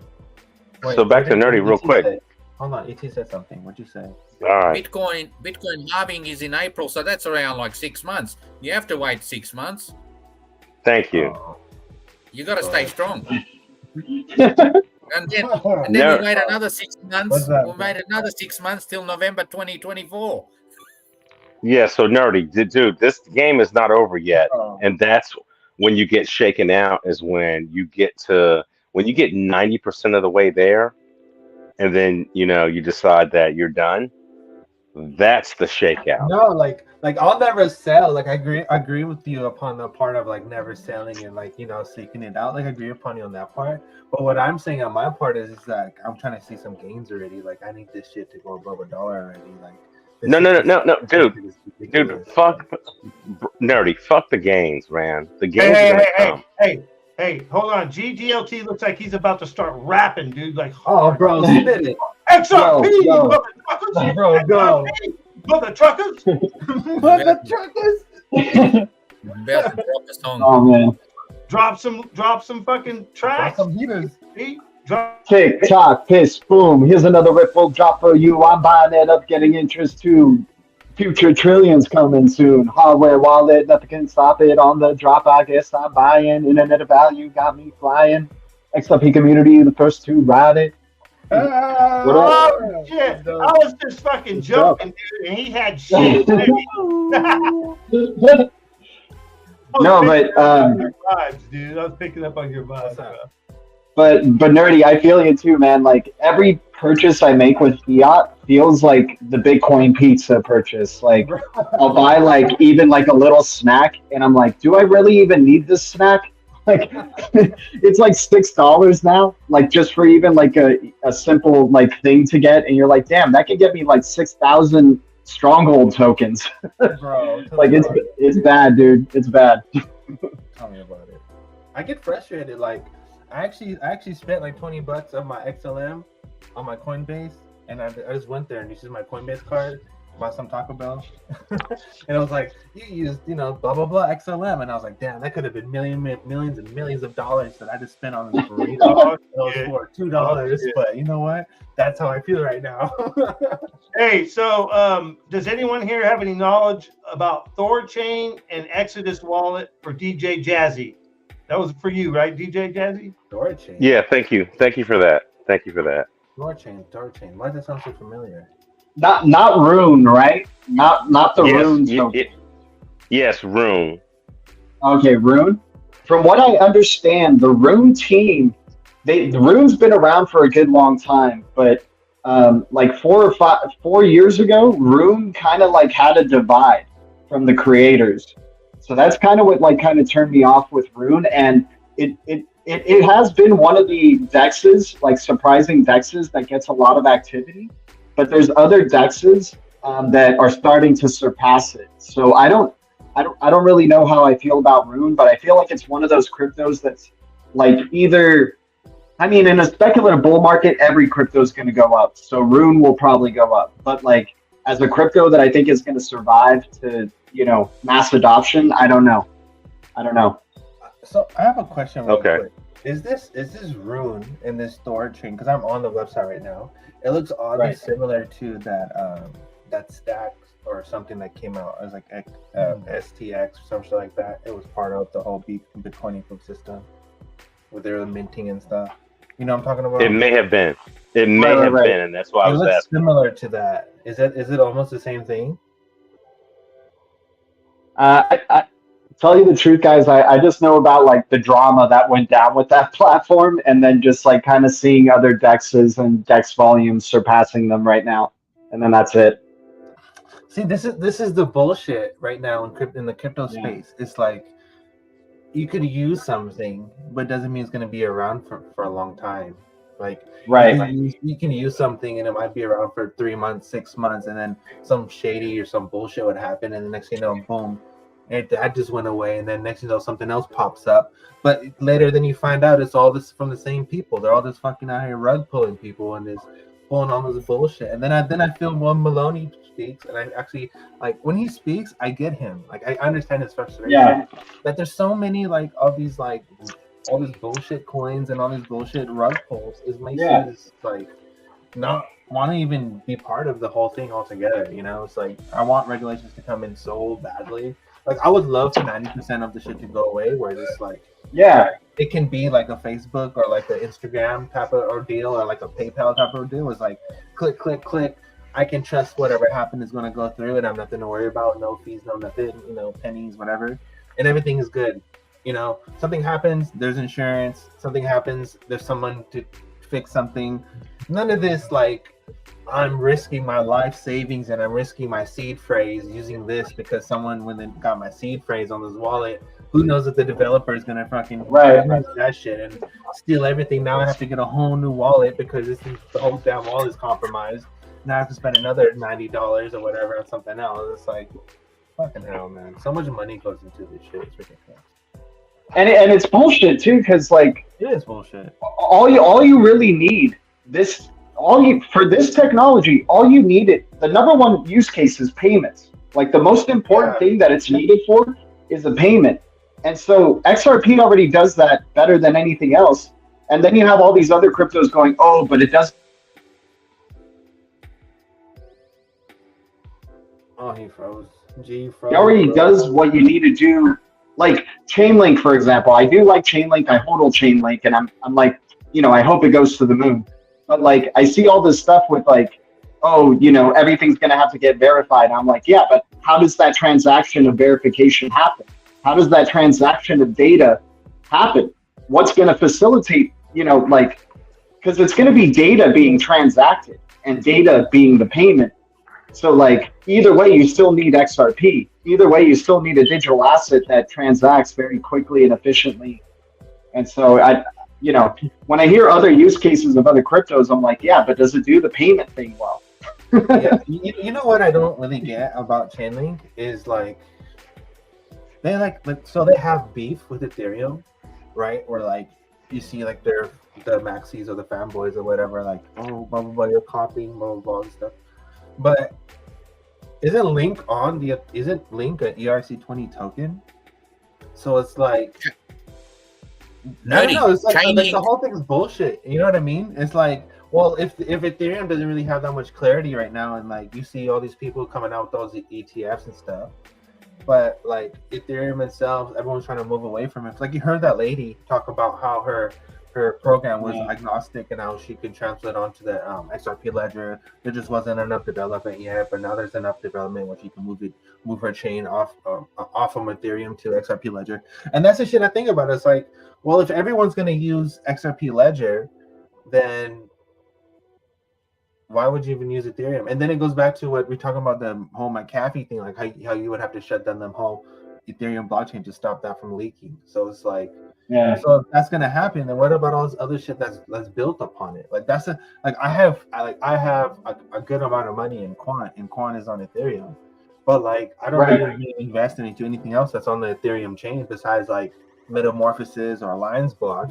Hey, you know, that's on the Ethereum chain, but like F Vitalik. Hey yo, Marvin Davis says, what I did in the last 4 months, nerdy, went back to another hobby, fishing. For me, relieved so much stress. To spend a few bucks on something else.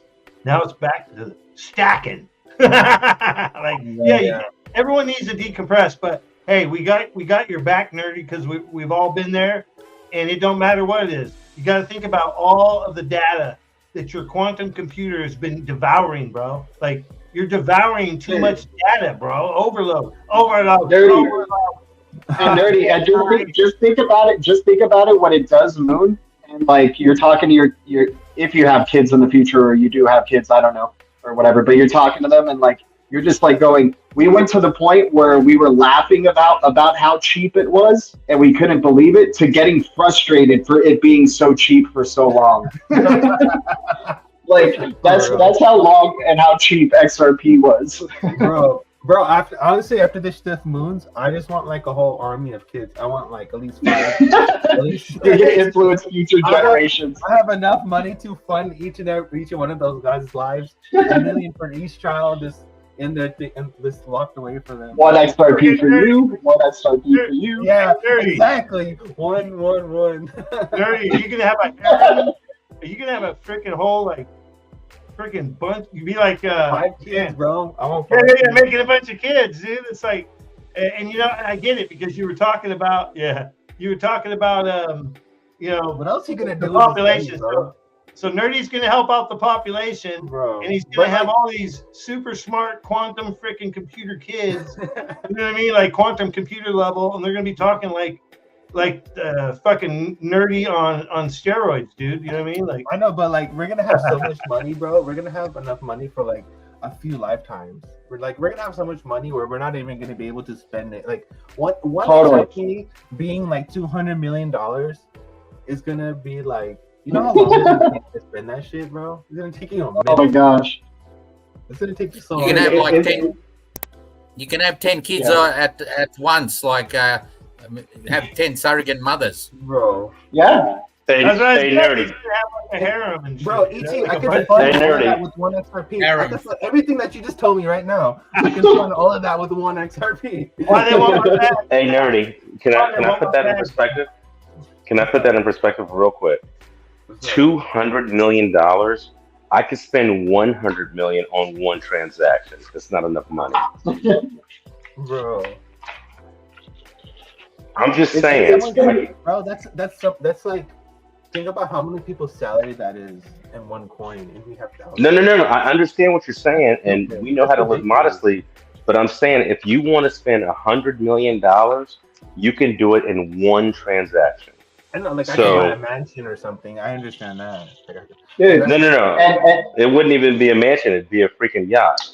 Oh, okay. Like a Riviera, that's like $100 million, or like a freaking. Yeah. So you can't, if you have $200 million, you can't buy a yacht. You can lease a yacht for a week or rent, but you can't buy it. And I want everybody to understand that whatever money that you're at, that's where you live for the moment until you grow your money. So $100 million means you buy a $500,000 house. But you know what? It's so much money that you just don't want to do nothing, because it's so much money that you have enough money to be lazy as fuck, and no one can say anything. Yeah. Oh yeah. So that's where I'm kind of at right now, just buying a big ass piece of land, like Wayside. How we're looking at islands pieces over there, like buy like a whole island, join a council, become part of the council, and farm it up. We just chill. Wayside comes to my island, I go over to his island. We just drive our boats each and every place, and we just chill. Yeah. Bro, dude, that to me is why not? If that's possible, why are you not doing that? And that's what I rather. And that's just something you'd be doing for fun. That's like not even like much money out of. That's like your passive income money that you spent on that island.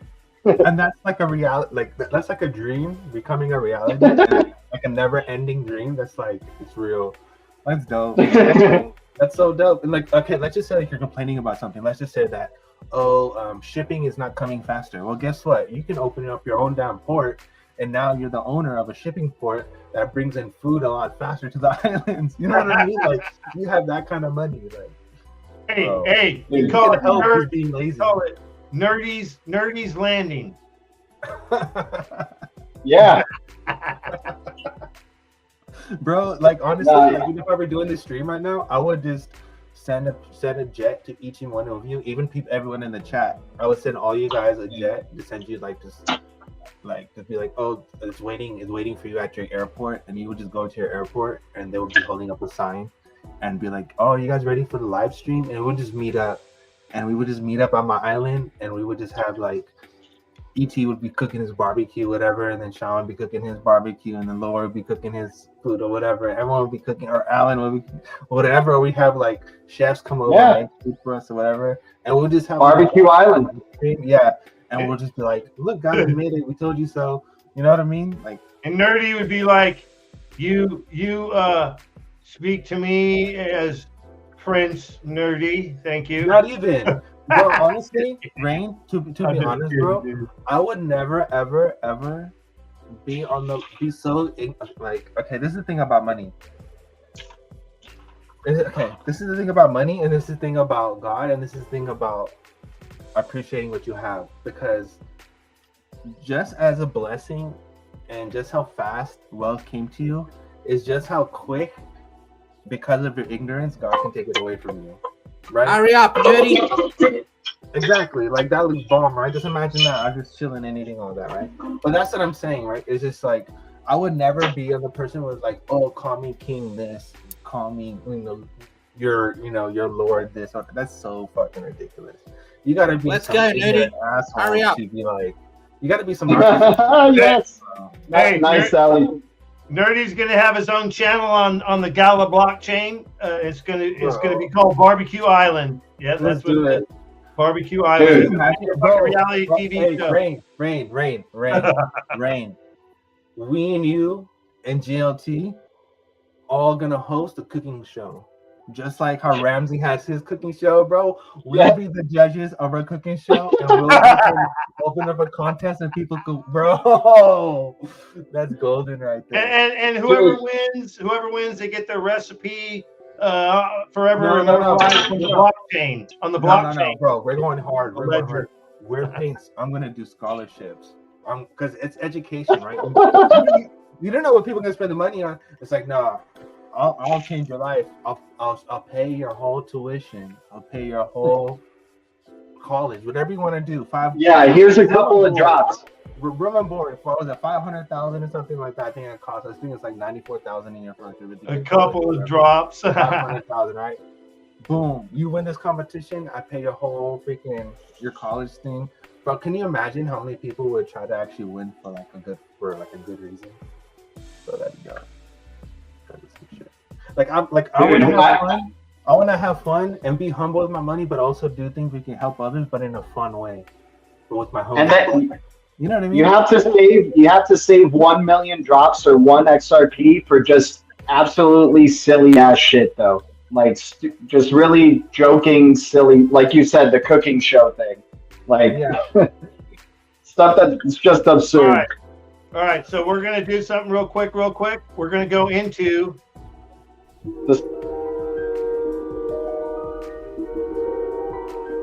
There is a fifth dimension, beyond that which is known to man. It is a dimension as vast as space and as timeless as infinity. It is the middle ground between light and shadow, between science and superstition, and it lies between the pit of man's fears and the summit of his knowledge. This is the dimension of imagination. It is an area which we call the Twilight Zone.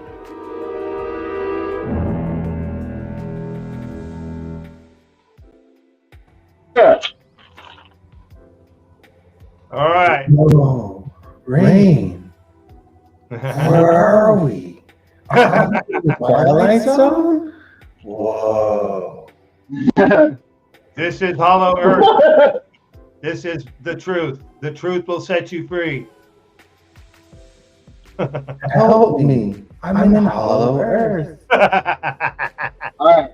So Rain, you know me, man. I'm a very personal experience kind of guy. If I haven't been inside that Hollow Earth to see the Hollow Earth myself, how do I know it's true? Right. Well, so I kind of changed the subject. This is something I wanted to talk about tonight because we used to talk about this on the old show, right? We'd go into stuff like this. So it's kind of like that part of the show, I guess. So as far as like this stuff I've been curious about for a long time, So basically, the Tibetans have stories about this, and it would be a different picture that I have. So I'd have to change it, but I'll go to that one. I'll go to that one next.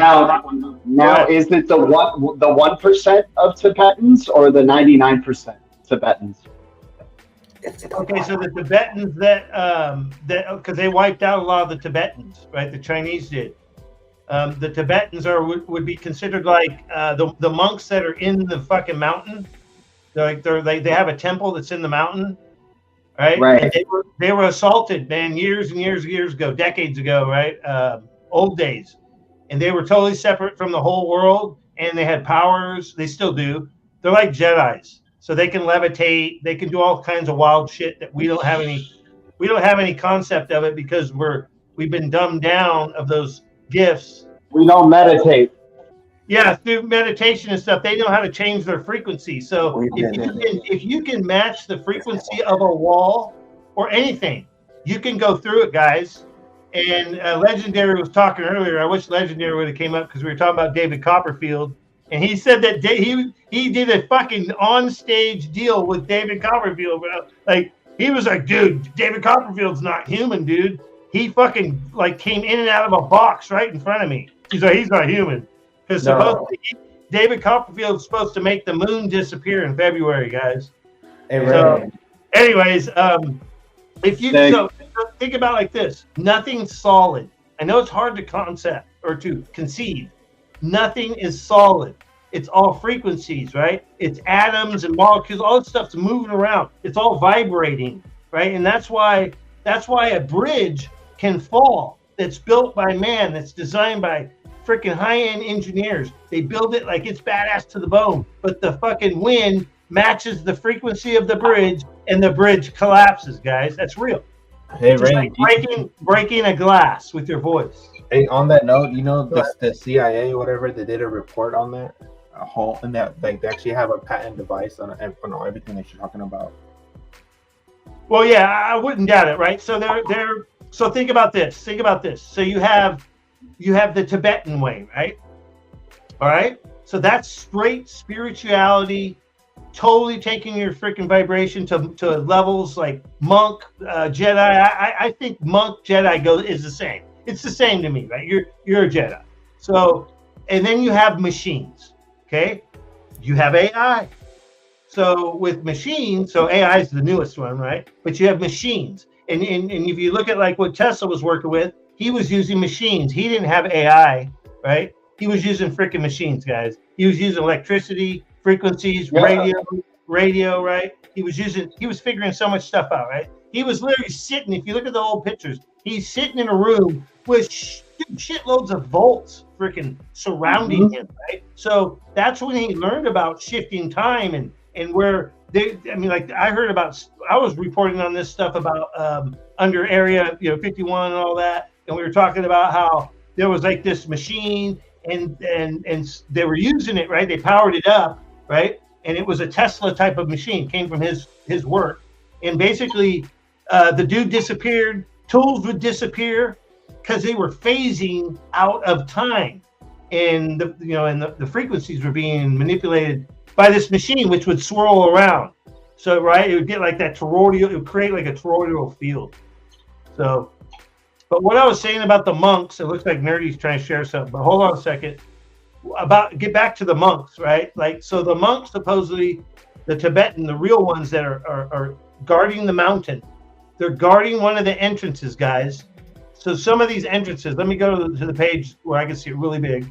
So I don't know if you see the picture that good, but up here at the top left, you have the Kentucky Mammoth Cave. So that's supposedly one of the entrances that goes into there. It's a natural one, right? And then at the top of the earth and at the bottom with the poles, that's where it's not solid, guys. That's where you would go into it. So the earth is a toroidal field, and that's why they will cover up any photos of Antarctica and stuff like that. They cover this stuff up. Russia has released before scenes where you see the earth and there's a circle in the middle, right? All right, so down here, and then down here at the bottom left, you're more into the Brazil area.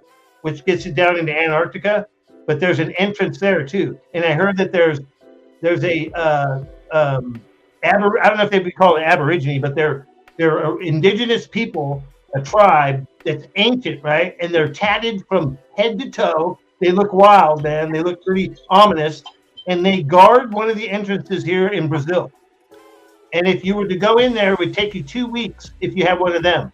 If you went in by yourself, you'd die. But it would take 2 weeks for those guys to take you to inner Earth. But they're protecting it like the Tibetan monks. So it's pretty wild shit. And then you have another entrance over here on the right side. King Solomon's Mines is one of the entrances. And then you have the Pyramid of Giza, supposedly. Underneath that is an entrance into inner Earth, which that's why they're so secretive about that stuff. They don't let you really explore everything. Mount Epimeo, I can't even say it, Italy. So that's another entrance, supposedly. So yeah, and it looks like, I don't know, they were saying test atomic blast, cold air rushes back to Earth. I think they may have been doing some nuclear explosions in this one area here too, is what it says. Anyways. Have you ever seen the movie Buckaroo Banzai, Rain? I think it came out during your time. I remember, it sounds familiar, but okay. So in this movie, they discover aliens when they're testing out this like new speed vehicle, and it breaks the sound barrier, and then it ends up breaking like the multi-dimensional barrier. And the funny thing is, this car has a flux capacitor symbol in its car as well, but it's the upside down flux capacitor. In Back to the Future, it's reversed, and then this one it's inverse. So I think these two movies have a relation with each other because they both have the guy who plays Doc Brown. Both of these movies have that guy in there. But in this movie, this guy goes so fast that he ends up going inside of a mountain, and in the mountain he encounters aliens, right? But it's not because it's like in the multi-dimensional realm, they're inside that mountain. He was able to break the molecular level. And like, you know how when people describe atoms, they're so tiny that there's actually more space in between the atoms than we even think. So like any piece of mass actually has like a lot of empty space within it, even though it looks solid. And I think this connects with what you're saying, that nothing is solid, right? So here with the hollow earth thing, maybe the earth looks like it's solid, but if you break it down to the molecular level, there's a ton of empty space between the molecules where these, and in the movie Buckaroo Banzai, these aliens interact through electricity. So maybe that's another, foreshadowing of why we're so tech and electricity, obsessed because, whatever, the aliens are just trying to finish their job. And that's why part of the agenda was to get everyone on electricity because they can manipulate it more. Yeah. And guess what? The Prince of Darkness moves through the airwaves, guys, and controls the airwaves. So that's a real thing. That's why you have to watch it, right? Like Agent Smith can come in at any time, right? Which would be like Gremlins and shit, right? Gremlins. So that kind of shit is real. And so what I'm showing right now on the screen would be like a Tibetan representation of Shambhala. So Agartha is one of the names. It almost reminds me of something out of Lord of the Rings, the Agartha version. But this would be like a Tibetan version here. And these, I don't know if this is a true ancient creation right here, but there are ones I've seen that are real, that are actual Tibetan stuff, right? And it talks about Shambhala. And it would be in the center here, which would be like a heaven. So as above, so below, guys. And supposedly, right. So when the earth has went through all these different deluges, I think it may have been Noah. Maybe that's when they went into there because of what happened with Noah, right? And then, so anyone that was left on the this is what I was saying earlier in the stream, anyone left on the outside are castaways. Because we don't vibrate with them, right? So they're on such a high vibration and dimensional level. Like if I show the Admiral Byrd thing, which I'm probably going to pull it up here, it will sum it up. But the dimensional level you have to be vibrational level and the purity of your consciousness, you can't even connect with these people unless they want you to. They'd have to lower their vibration to come hang out with you. It's like, dude, you bring me down. No, literally, you bring them down. You know what I mean? So and the funny thing is the character in that Buckaroo Banzai movie, he gets electrocuted, right, by one of the aliens. And then all of a sudden, he's able to see all the aliens that are disguising themselves by manipulating the electrical magnetic waves to adjust their appearance to look human, right? But since he's on their frequency, he can see who are the hidden aliens, like that movie They Live and stuff. It's pretty crazy. Yeah. We're questioning in this state we are in now. In this state we are, physical state we are now, we're questioning a lot of things. So, but for a fact, we are going to die. All of us will die the way we are. So maybe that's where we enter the real world. Okay, so check it out. Check it out. I'm going to tell a real quick story. Real quick. I was going to show the interview, but there's this girl, right?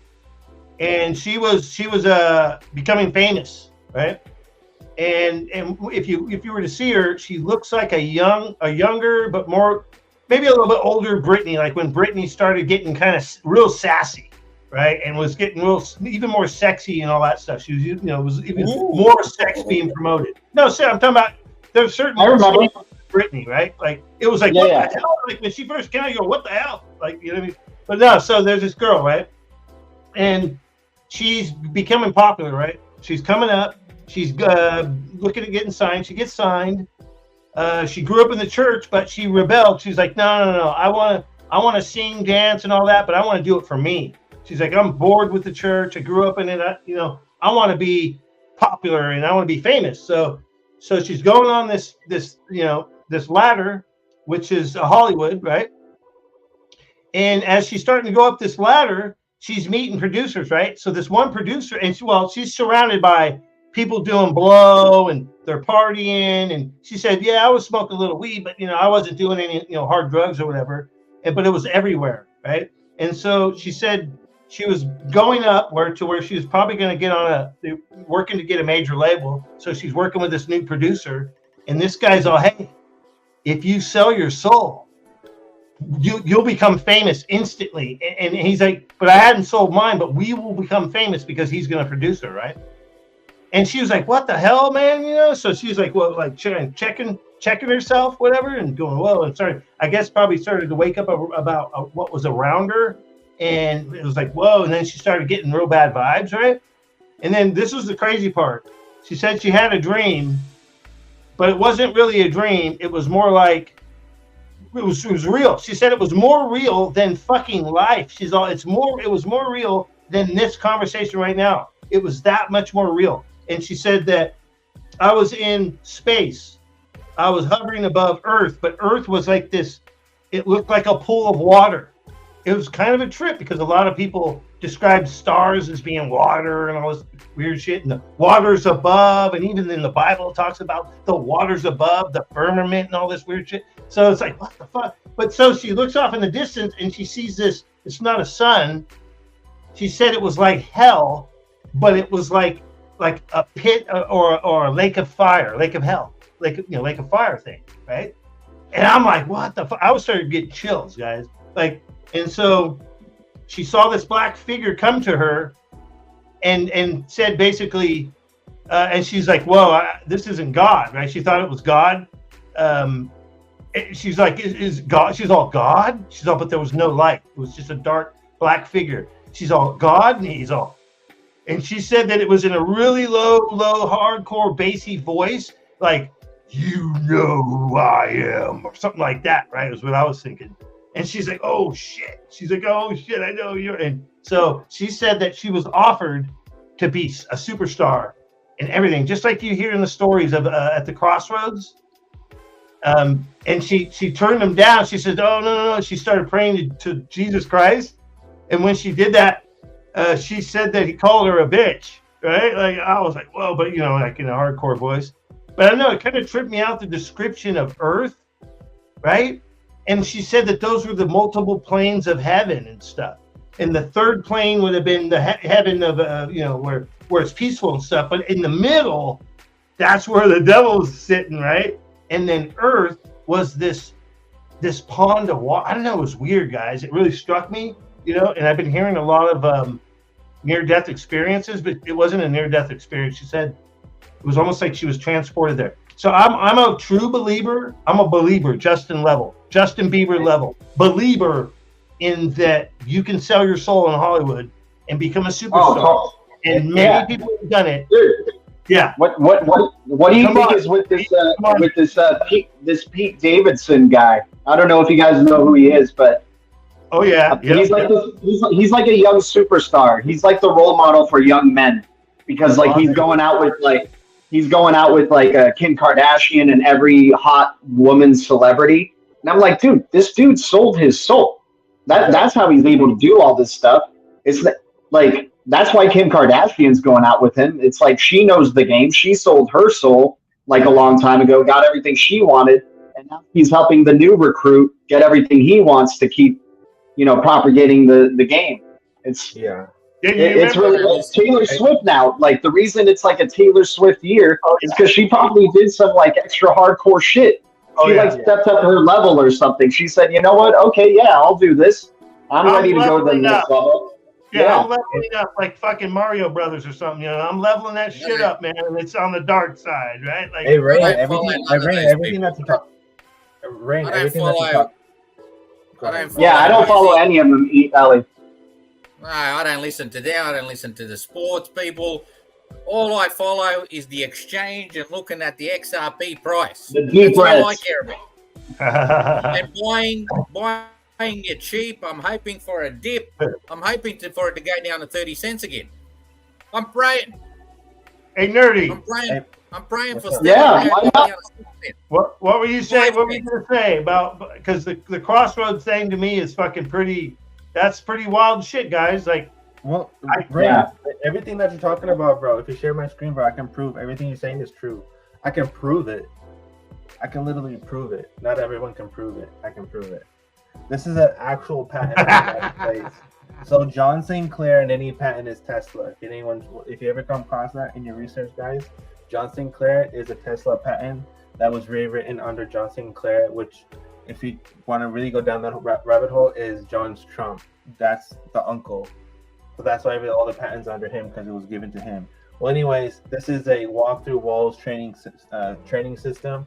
They actually have actual pictures, but if you go to the description, just brief summary of the invention, it says, this invention is training system that enables a human being to acquire significant hyperspace energy in order to pull the body out of dimension so that the person can walk through solid objects such as wooden doors. That's an actual patent from the United States. Yeah.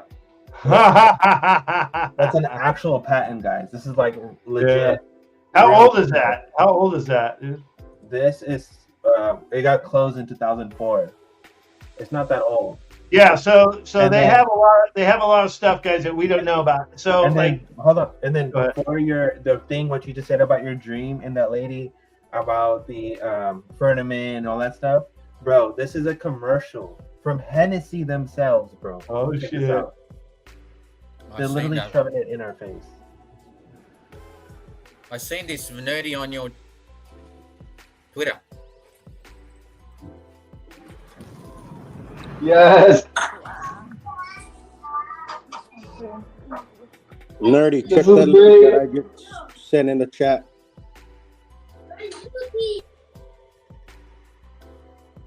Look how flat it is. Look at, and that's the ocean you're talking about.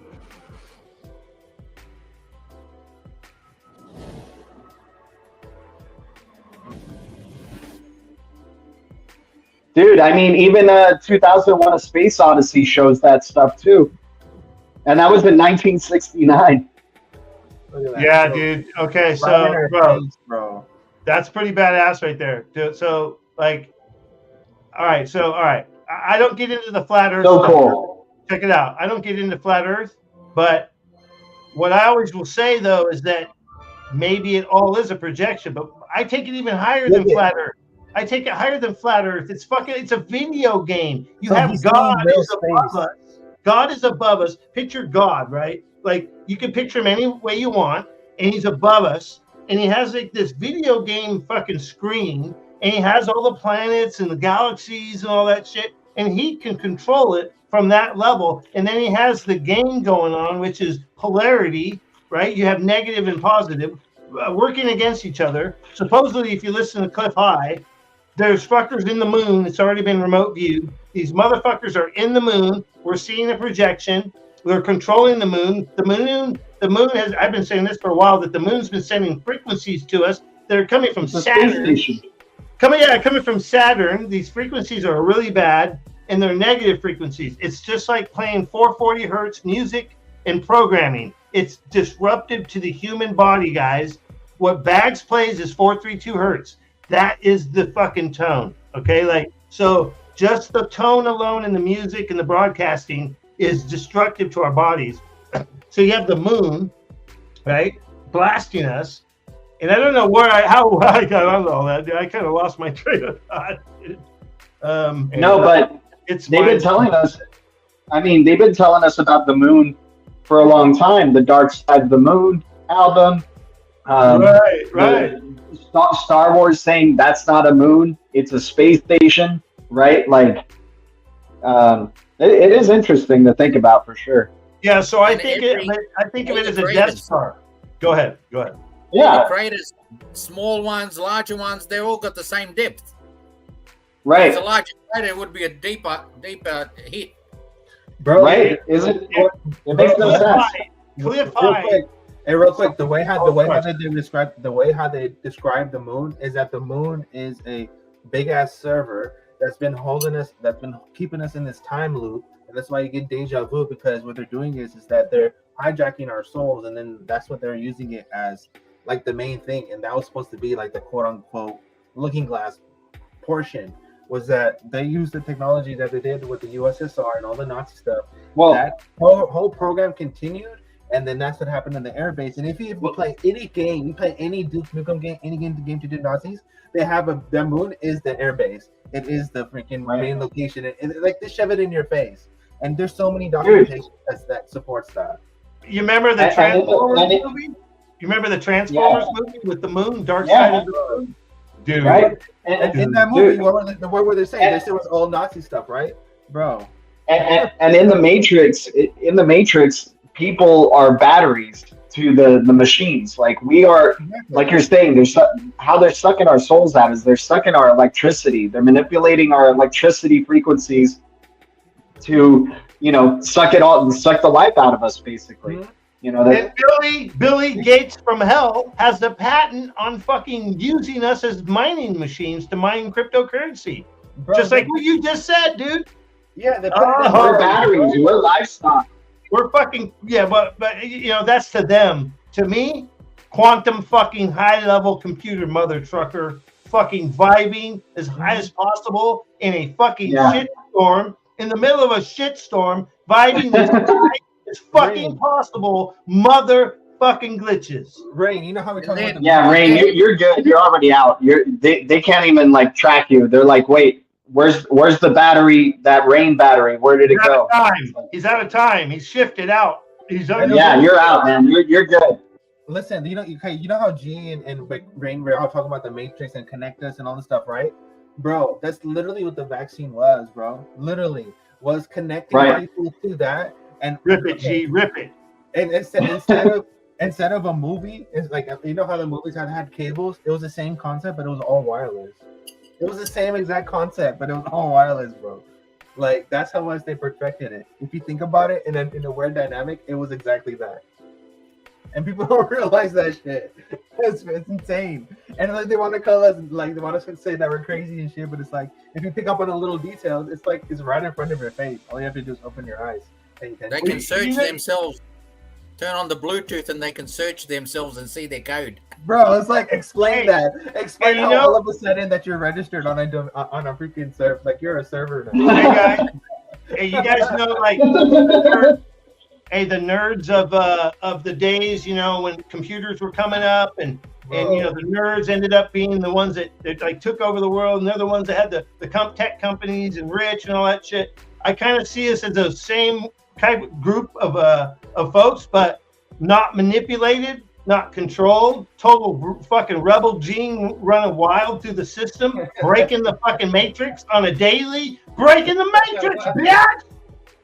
Dude, have you seen the commercial for those watches where if you go like this with your index finger and your thumb, it does like, dude, oh my God. Bro. Like the steps that are being taken slowly but surely. At first it was your thumbprint on your phone, and now it's like dude, what the heck?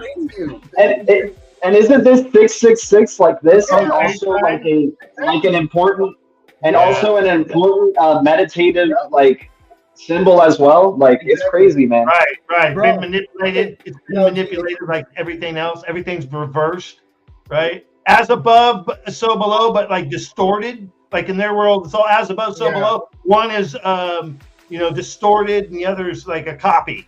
Just a copy, and just you think it's real, but the other one's just real quick. Hey, you know, you're talking about the tapping with the fingers and stuff, bro. They're training you for become a robot. When you become a organism and you have the robotic arm, you're gonna be accessing it in the same way, bro.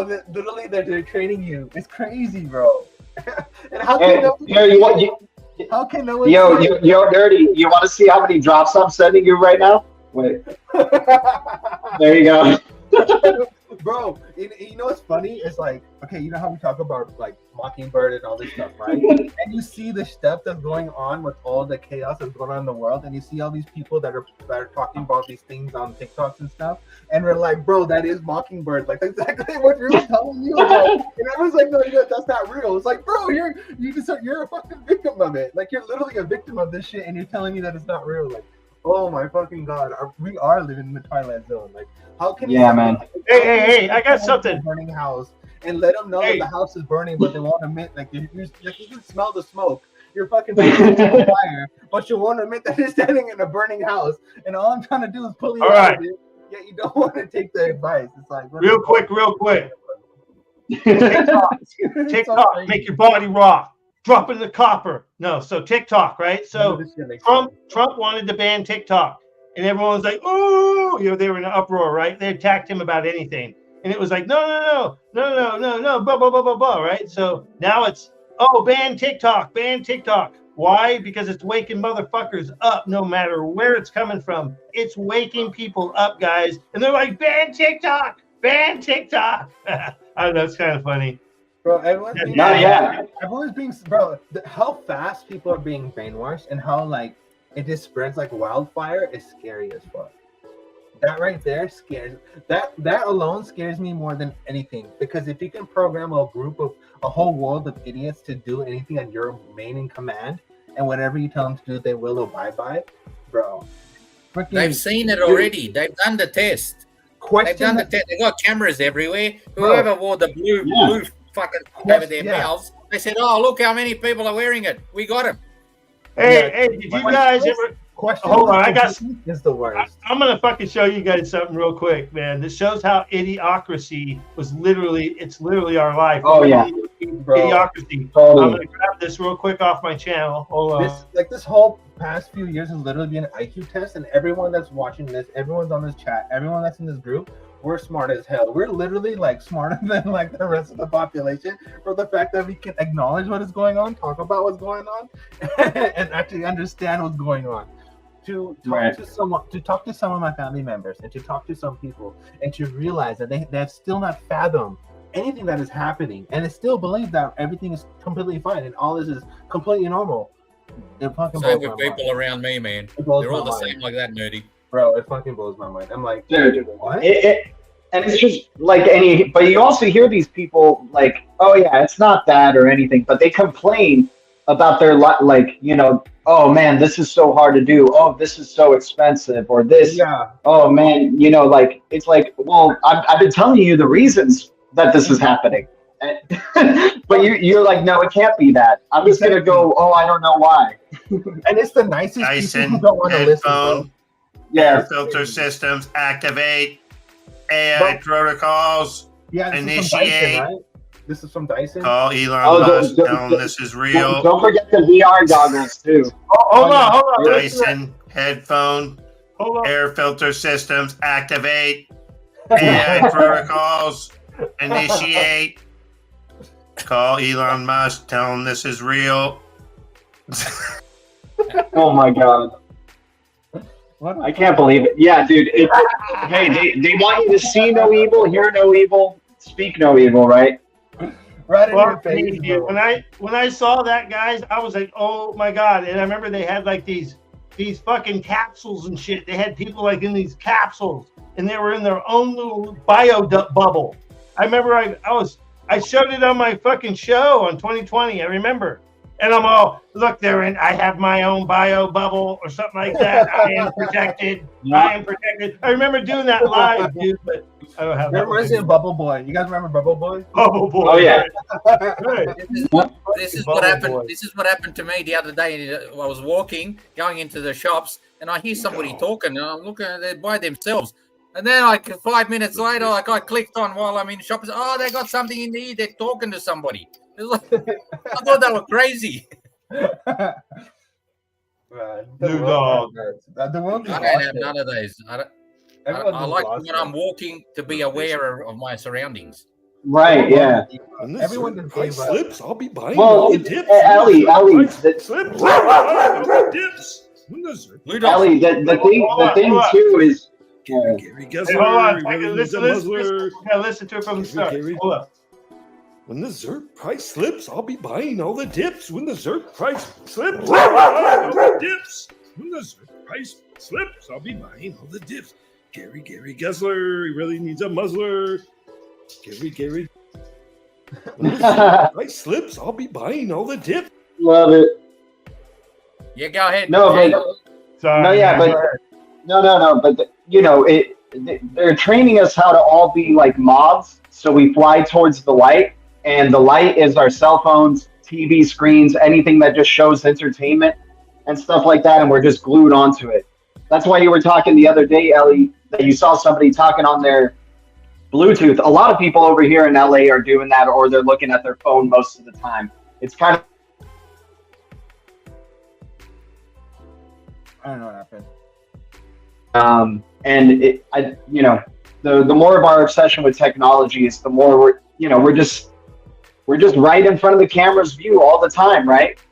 On your television, on your laptop screen, on your phone screen, your tablet, now your watches in the future. Hey, G, like, if we're all mosquitoes, there was like a bug. I wonder if it works like this. We're flying. Yeah. Yeah, but we're unplugged. That'll be for something different. That'll be like. We're plugged in, but we're unplugged at the same time. Yeah. We're the mosquitoes that are just hovering between the light, and people are going, how come they're not flying towards it? What's going on? How can we trick them to fly towards the light?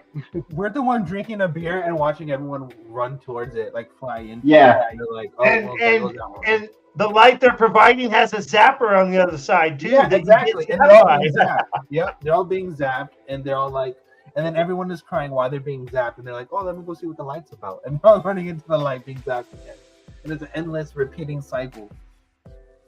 Hey, Rain. I'm so over this shit. Yeah. Hey, Rain. Hey, what's up, Wayside? The crazy thing. Oh. Sorry. Go ahead, Wayside. My bad.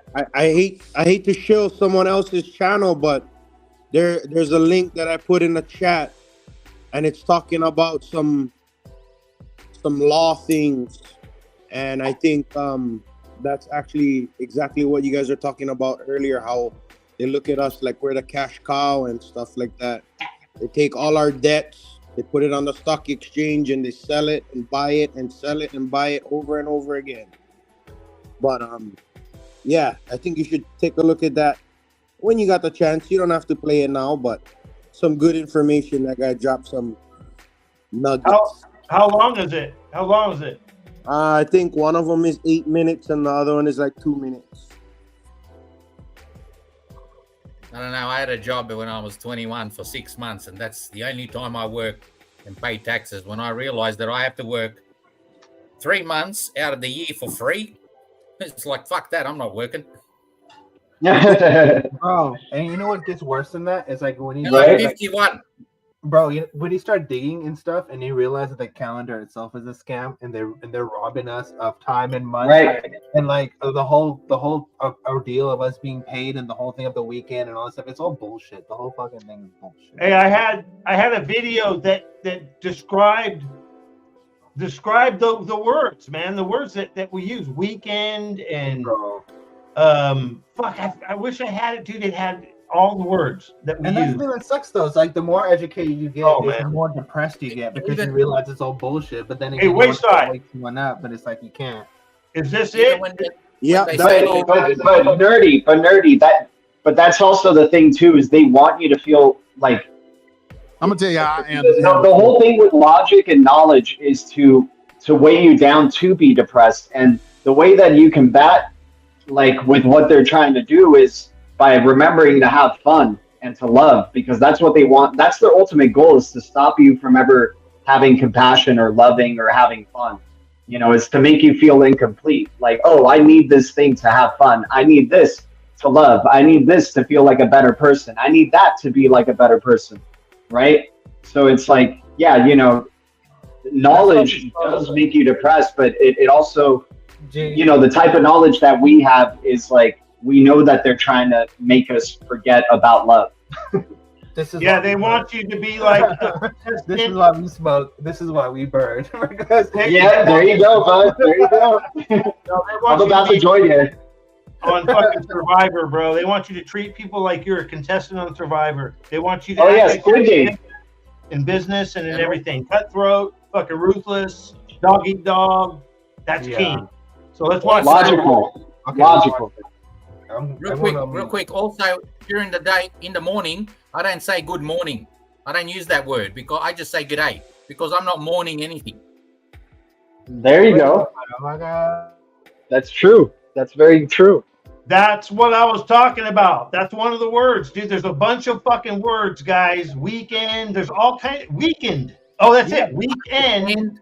Right? By the weekend, you're fucking weakened from the work because you're a slave, right? Like that's how they look at it. Like, when they read you the rights and all of that and blah blah blah, and then they say, "Do you understand?" Means are you standing under them? It's like no. Let me tell you how I handle foreclosure. Foreclosure, you always address the debt. And that's what a lot of these guys don't understand. But you have to stay in honor. You signed a contract promising specific performance. That specific performance did not include you giving Federal Reserve notes, but it did require you to give something. There isn't any money. We live in a world of negotiable instruments. This is why it's necessary for you to understand how to create a negotiable instrument, whether it be a bill of exchange, promissory note, or whatever. You need to make a presentment and tender this for offset and adjustment of that debt. You need to be able to change the conversation with that financial institution from a non-performance standpoint to whether or not your performance was acceptable or not, because you did tender them something for satisfaction of the obligation. Okay, but you just turn around doing nothing, challenging jurisdiction, all this old bullshit, trying to put shit in a trust.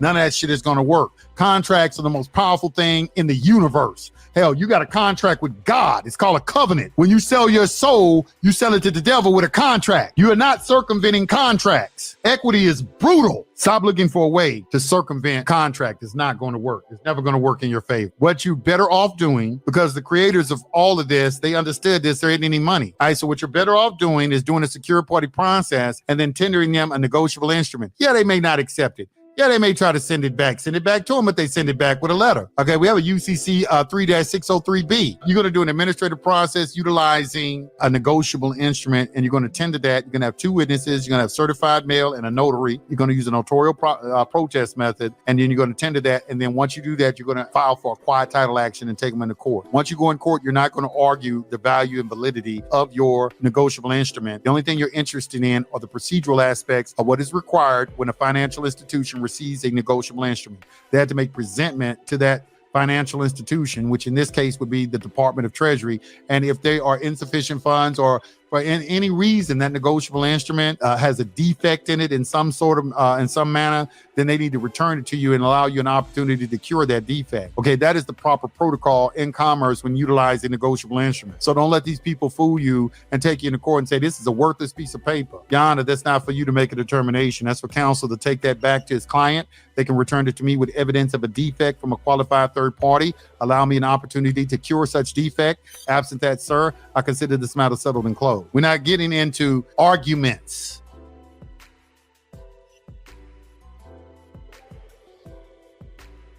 Damn. That's some fucking high level shit. Some stuff that I been studying, and I got a lot of nuggets from that guy. I gotta go let Lou Dog in.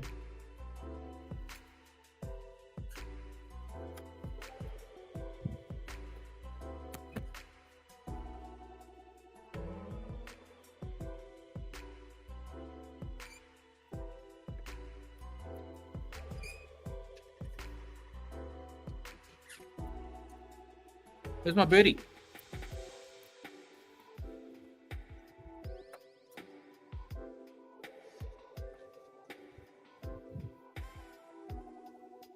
Yo.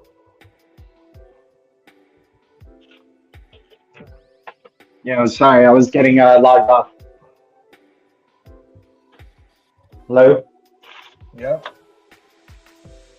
Oh, okay. You guys heard everything? Mm-hmm. Yep. Oh, man. So wait, what are we talking about? What's going on? Yeah, I don't know. The dude was saying something on the video, and all I was thinking is, I got XRP. Yeah, exactly. We're good. We're fine. But I got XLM. I got XDC. Well, I mean, no, he makes a lot of sense though, about contracts, like selling your soul, right, guys? We were talking about that earlier, where selling your soul in the music industry or movies and whatever, right? Like, yeah, wow. It goes back to maritime law, right? It goes can't be done. I belong to God. I can't sell it. Law of the sea, law of the water, law of the sea, and then law of the land, and then common law and all that. Universal law. All this trickery and witchcraft, bro. Hey, that's what it is. So check it out. So fucking back to David Copperfield. So what I heard, this is the dirt on the street from Rain here. I heard that the moon will disappear no matter what for a while. I don't know why. Why is it getting repaired? What's going to happen? Is it going to be revealed as something that it really is? What's going to fucking happen? But supposedly, old David's going to fucking try to disappear it, right? Like, and take advantage of that. I don't know. That's what I heard. It's pretty wild fucking shit, guys. And supposedly he's going to disappear the moon in February, guys, of 24. Apparently the rings of Saturn are going to be disappearing too. I don't know if it's like near the end of this year or in 2024, but they'll be disappearing for like a good few days, which is interesting. Yeah, why? Why? Because are we looking at projections? Yeah, probably a lot of it's projections. So I don't know, man. Like the whole water's above. So that's wild. Like when we saw that video, whatever. So sorry. The interesting thing with that though is on Saturn, there's that eye, right? The eye of Saturn or whatever. And it'll be the first time. It'll be the first time. Because apparently this happens like every thousands or maybe millions of years. So like the next time, like, so maybe a lot of this stuff happening has been built, you know, because they're like Saturn worshippers, right? So like maybe a lot of this like has been building up, because like once those rings disappear, it'll be the first time the eye is connected with Earth. Like the eye is actually seeing the Earth without any barrier between it. So that's interesting. Yeah, it's Saturn Day, Sun Day. From my understanding, Moon Day, Thor Day, Thursday, Thor Day. Think about that, guys. It's fucking crazy. Yeah, I just from my want to understanding, make it. I just want to make it to 30th of February. Yeah. From my understanding is that they have pyramids on every single planet, and the pyramids depending on like it all on Cyrus. So you know how we have our sister moon, our sister sun, that's the bigger sun, and then that sun dictates what portal opens for which planet depending on how close it is and how far it is, and that's why they're trying to go to Draco Galaxy and all this other galaxy because those are neighboring like galaxies that actually have life on it. Hey, what of the constellations is it? Orion that's fighting the big snake or the dragon?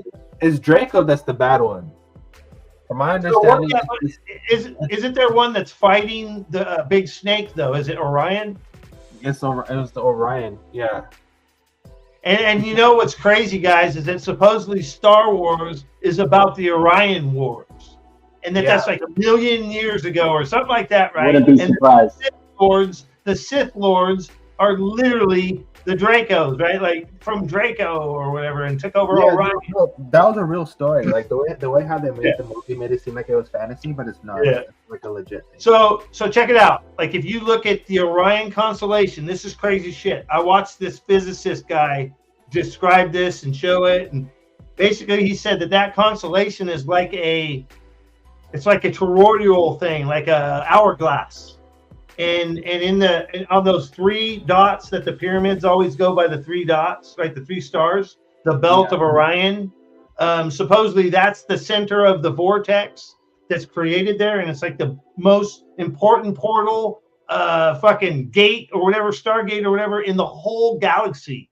Like, so whoever controlled that would control the galaxy kind of thing. And then you have the Star Wars, kind of analogy, and the Sith Lords and the Jedis. And I think we're like Jedis, guys. We would be with those guys, right? We would be the Jedi Knights fucking battling and shit, out in the outer reaches and the outer rim. The outer rim. I mean, from my understanding, it has a lot to do with our sexuality and how like we have male and female. And a lot of other planets and a lot of species don't have male and female. They're just like bugs. They just give birth and stuff like by themselves. So like the fact that we actually fall in love and everything is an earthly thing and is a heavenly thing. It's like a godly thing. Like love and like childbirth and family and all this thing. That's like a heavenly, like a godly thing. That's why it's so sacred. And that's why on this planet, when the demons take over, like how they just like totally destroy the meaning of like the nuclear family and all this stuff. That was the whole point, is basically like a flipping God off, like, we're taking over. Well, but also like in the 80s or like 70s or even 60s, like their agenda was procreation, right? So it was part of the plan too to have us like, because if you see movies from those times, like you see how they manipulate the perception of the man to just really go gaga over women every time they see it, and then it trains you growing up, and you're just like, oh my god, I need to have sex with you right now. I don't even care if you're protected or not or whatever. It was promoting procreation to possibly, be like, because now the agenda is the other way, right? It's to try to depopulize, so we or populate, right? So I'm trying to figure out like why would they have us procreating at first, like maybe to suck out more of our souls or something like that, but then now they're trying to turn it around to have us not procreating anymore. Is it because there's enough humans to blend with tech? Like humans have evolved enough to a point where they'll blend with technology in the future, and they don't need to procreate more because you'll be creating more machines, and that'll be the population on the planet eventually. I know I went on a long tangent there, but what I'm trying to say is like it's interesting that now the agenda is kind of depopulating and destroying the nuclear family, like you're saying. But in the past, it was to try to get you to populate and to get to this point of using overpopulation. Like, because you've heard Bill Gates say it, like, oh yeah, the world's overpopulated. We need to kill like, millions of people in order for it to be like a sustainable Earth to live on or something. It started around the 80s, late 70s and 80s, that agenda to depopulate. Yeah. No. In the 70s and 80s, it was definitely procreation, though, right? Like, But that's what Planned Parenthood and Agenda 21 was. Right? Planned Parenthood was to go after a Pacific race and do a genocide in the most like. Edward Frankowski, Conan the Barbarian wasn't Draco. Oh wow! Hey Rain. Wow. Hey Rain, I actually have an explanation for you. So it's Betelgeuse. So Betelgeuse was located in the constellation known as Orion. Hey, bro, don't say that 3 times, bro. Do not say it 3 times. Hold on. Okay. Hey, can I chime back in real quick? Hold on. Real quick. Hold on. Orion was the core distance to a star system of Regal, and is the home of the Dark Lords. Orion has held the key pattern of dimensional universe since its creation. So it's Orion and Betelgeuse who has a connection to the moon and who is holding our souls and stuff hostages, which is why we're stuck in this loop, and that's why we're breaking away from this loop and we're having a whole brand new future. Dude, okay. I'll tell you what. I think the moon, guys, is really going to be a big thing. That's going to be part of the shift this next year, guys. I think this whole David Copperfield thing, that's just a show, but dude, I think it's really going to happen. And what Nerdy is saying makes some fucking sense. If the moon was taken over, which I heard it was, right? And if you shifted to the good, then our world's going to change, guys. If we're not controlled by negative frequencies, maybe they start pumping good frequencies down to us, right? Maybe that's why people are waking up and changing. Also, the sun. That's the firmament. That was supposed to be the glass dome. Like they're supposed to. What's up, Jazzy? That's what the and the rocket is supposed to break the glass. Just jump in, man. Just jump in. Wait, hold on. Okay, so here. Go ahead. I'm done. I just wanted to jump in real quick before you guys advance too much. I was going to jump in real quick. I've been listening the whole time. So let's go back to somebody said the 70s and 80s. They talked about how the population is way too high and we need to reduce it. That started with Margaret Sanger. It was in the 1940s during World War II. I don't want to go into all that, dude. I do not want to go into that. No, my only point is that it started way earlier than the 70s. That's all I'm saying. Yeah. I'm done. Well, what I was going to say is, and I meant to say it earlier, but I got off track. I lost track of what I was saying. And it was how it tied in with the fucking dome and the fucking waters above and shit. And so Elon Musk said that they're building or launching, wasn't it today? They were launching the biggest rocket in history. Tomorrow. They're getting ready for launch right now. That's going to fucking try to break through the dome. And I'm like, and all this other shit's kind of coming together, right? And then what we saw earlier and what I know about the Bible, I just had someone reading it and I'm like, holy shit. It talked about the waters above, right? And all this. Yeah. The waters above are the waters below and the blah, blah, blah, blah, blah. You're going, holy shit.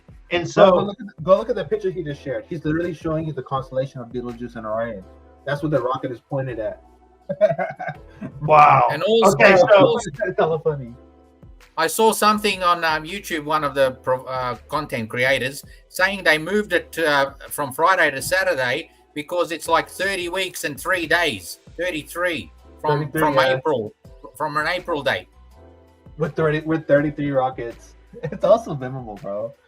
It's all fucking subliminal. It's so obvious though, and they just know we're not going to do anything about it. Like we can get together online all that we want, and they want that because it's under supervision, right? But like you're not going to get millions of people all together like outside of the internet, like at the same spot, at the same place. Like they know that that's not going to happen. So it's just crazy. So now they just disrespect us by showing the plan completely obviously, and still not enough people do anything. That's the thing. It's so ridiculous. It's so out of worldly that they know that we can be over here talking about it, and no, everyone's totally gonna ignore us.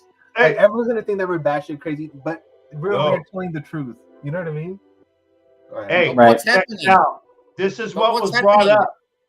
With the rocket fucking going through the dome, right? And then it's like, wait a minute, how are we sending all these satellites out? How did we go to the moon? Or how are all these other satellites going to these places, right? And sending back these images if we already have it broke through the dome? What the fuck? Is it trying to get through the atmosphere itself? Like the shield, the magnetic grid? I know there's a grid. It's called the NEVA. It's the NEVIC grid. It gets heavy, guys. What's up, Ellie? I was just going to say, well, if the good guys are winning, then we should be fine. All of this, what we're talking about, bad stuff going to happen. I mean, aren't the good guys winning? Well, yeah, the good guy is you individually. The whole point is them trying to imprison you and making you feel like you're not, I don't know, not enough or not know of love, right? Like that's what I believe is like, I think the whole mission is against the individual human mind and how you think, and then making you feel like play their game your whole life before you even realize that, oh, I had my own choices that I could make that weren't influenced by everything or wanting to make somebody else happy and all this stuff or whatever, you know, like the lack of love. Like if you don't love, they win the game. You know, that's all they care about. So like if they can get every individual to feel depressed and not have any compassion or just dwindle in compassion more and more, then they think they're winning. But if you are a person of love and light and you are individually free, then they've lost. But they'll keep trying to make your life miserable. They'll keep trying to throw more obstacles in your way to get you to bite, you know? Definitely. I always do the opposite. Right. I listen to them. It's like, back off, mate. I do my own right. thing. Right. Exactly, man. And, you know, that's what I think the good guys are winning because the good guys are the ones who they see through the bullshit. They see through all the negativity that keeps trying to drag them down, you know? For sure. We just got to stay positive. We just got to keep each other positive. Like if someone's feeling down, just, assure them everything's going to be okay. Yeah. Thank you, Ellie. Thank you, Ellie. You're absolutely no other right. way. I mean, why would God give us life for it to end? Maybe the way you go out, your last breath could be maybe something traumatic, but what's on the other side is probably, it's not as frightening as we imagine it to be, Yeah. Like it's behind me. It's all light. Yeah. I'm in the light. Yeah. I'm most curious about what is this No, that's absolutely right. event. What is this unchangeable event in the sacred timeline that no one can move away from that has to happen? What event is that? Is that what we're living through today? Is it that? Is all this stuff, all the chaos that is happening right now, is that the inevitable event that is no breaker? Because it sure seems like it. No, it's not. Energy cannot be destroyed. It can only be transferred. Your energy is your energy. I understand that, but there's in this whole timeline stuff, like if you go down the rabbit hole, they're talking about how they thought Hillary was gonna win, and then they said then Trump came in and did all this stuff, blah blah blah, right? But they said whenever they used Looking Glass and whenever they used all that stuff, they said that there was a specific moment in time that no matter how far they looked or no matter what they can do, it never changed. And that was the moment that they always feared. And that's what, if you listen to the World Economic Forum and Health Organization and stuff, they always have this 2030 agenda. Like it was 2012. They couldn't look past 2012. Okay, then what's up with 2030? Why is that such a big deal? I feel like there's something more to whatever's happening is not telling us, and then whatever's happening right now is leading up to an inevitable moment in time and space. And I believe maybe it has there's a problem. There's a problem with Looking Glass. Is, in my opinion, Looking Glass has to do with the culmination of all the actions and reactions of every individual with their own energy. That can change on a dime at any time. So even if you want to do Operation Looking Glass and look into the future, it's one potential timeline. And that was actually exemplified in the last Men in Black movie, where the guy could see into the future, but he had that little toboggan on, and he said he's like, this is the guy. He's like, this reaction that I see is only one of 52,000 options of what could happen. So it depends on what the culmination of all the people on the planet are thinking at that one time to change the future, which goes back to the movie Back to the Future, where you can change your future by just merely being in the future and being present and alter the timeline versus not being there and letting the existing timeline exist. So, you can be in 1955 and do something that changes, that alters the trajectory of the future just by being somewhere you weren't supposed to be at the moment. And I'm done. Yeah, right on, right on. Probably wrap it up here soon. I'm thinking, I don't know. Have you guys seen the movie Project Adam? So if you watch the movie Project Adam, it's more like a debrief or like a D-class movie more than anything, because in that movie they show a version of a past, present, and a future version of one person that's interacting with themselves. And if you read all the Q plus and other stuff, they could talk about Q plus, Q plus, and plus, and I think there's 4 of them, right? It's Trump. And they talk about them all interacting with each other and being able to, even though they're from different timelines or from different wavelengths, but they're still able to interact with each other on this wavelength or on this timeline. So I feel like it's pretty crazy how like all the stuff that we're talking about, and you watch all these movies and stuff, and it's like how does a normal human that doesn't believe in any of this stuff actually come up with a movie like that, or actually able to produce a movie like that to that extent and to that detail if all of this was bullshit? Well, here's part of the problem. Right? If it quacks like a duck, it has to be a duck, right? Like it's just like what Berserker was saying was like about that moment of if it's the most obvious option and the most obvious answer, there's most likely that, right? It's the same shit. So according to one theory of thought, is that in terms of time travel, since we're talking about that, you can't actually travel into the future, because if you could get to the future, there's no way to get back. You can only travel to the past after you develop the technology or whatever. Once you get to the past, then you can get back to the future. Oh wait, did I have that backwards? No, I had it backwards. You can travel to the future, but you can't travel to the past. No, if you you're travel right. to the past, I heard somebody say you can't go into the future, only past. But you well, in one scenario, the technology doesn't exist when you get there, and because it doesn't exist, you can't get back. But you know the crazy thing about this whole quantum stuff, Sean, is that even though that you, in your perception, might take that route and make that choice and make that happen, but there's still a version of you that's still here, that continued living his life. And you're right. And if you really think about it, it's just like a wavelength of you blended into another wavelength, but there's still a version of you that's still living out this wavelength. The problem's not getting to your destination. The problem is getting back, and that was explained in the movie Stargate. Is that they said you have this device. It's got 6 chevrons, but so that's 6 points in space. But you need the 7th point. What's the 7th point? The 7th point is not the destination; it's the origination, and that was the key to unlocking the code to make the movie work.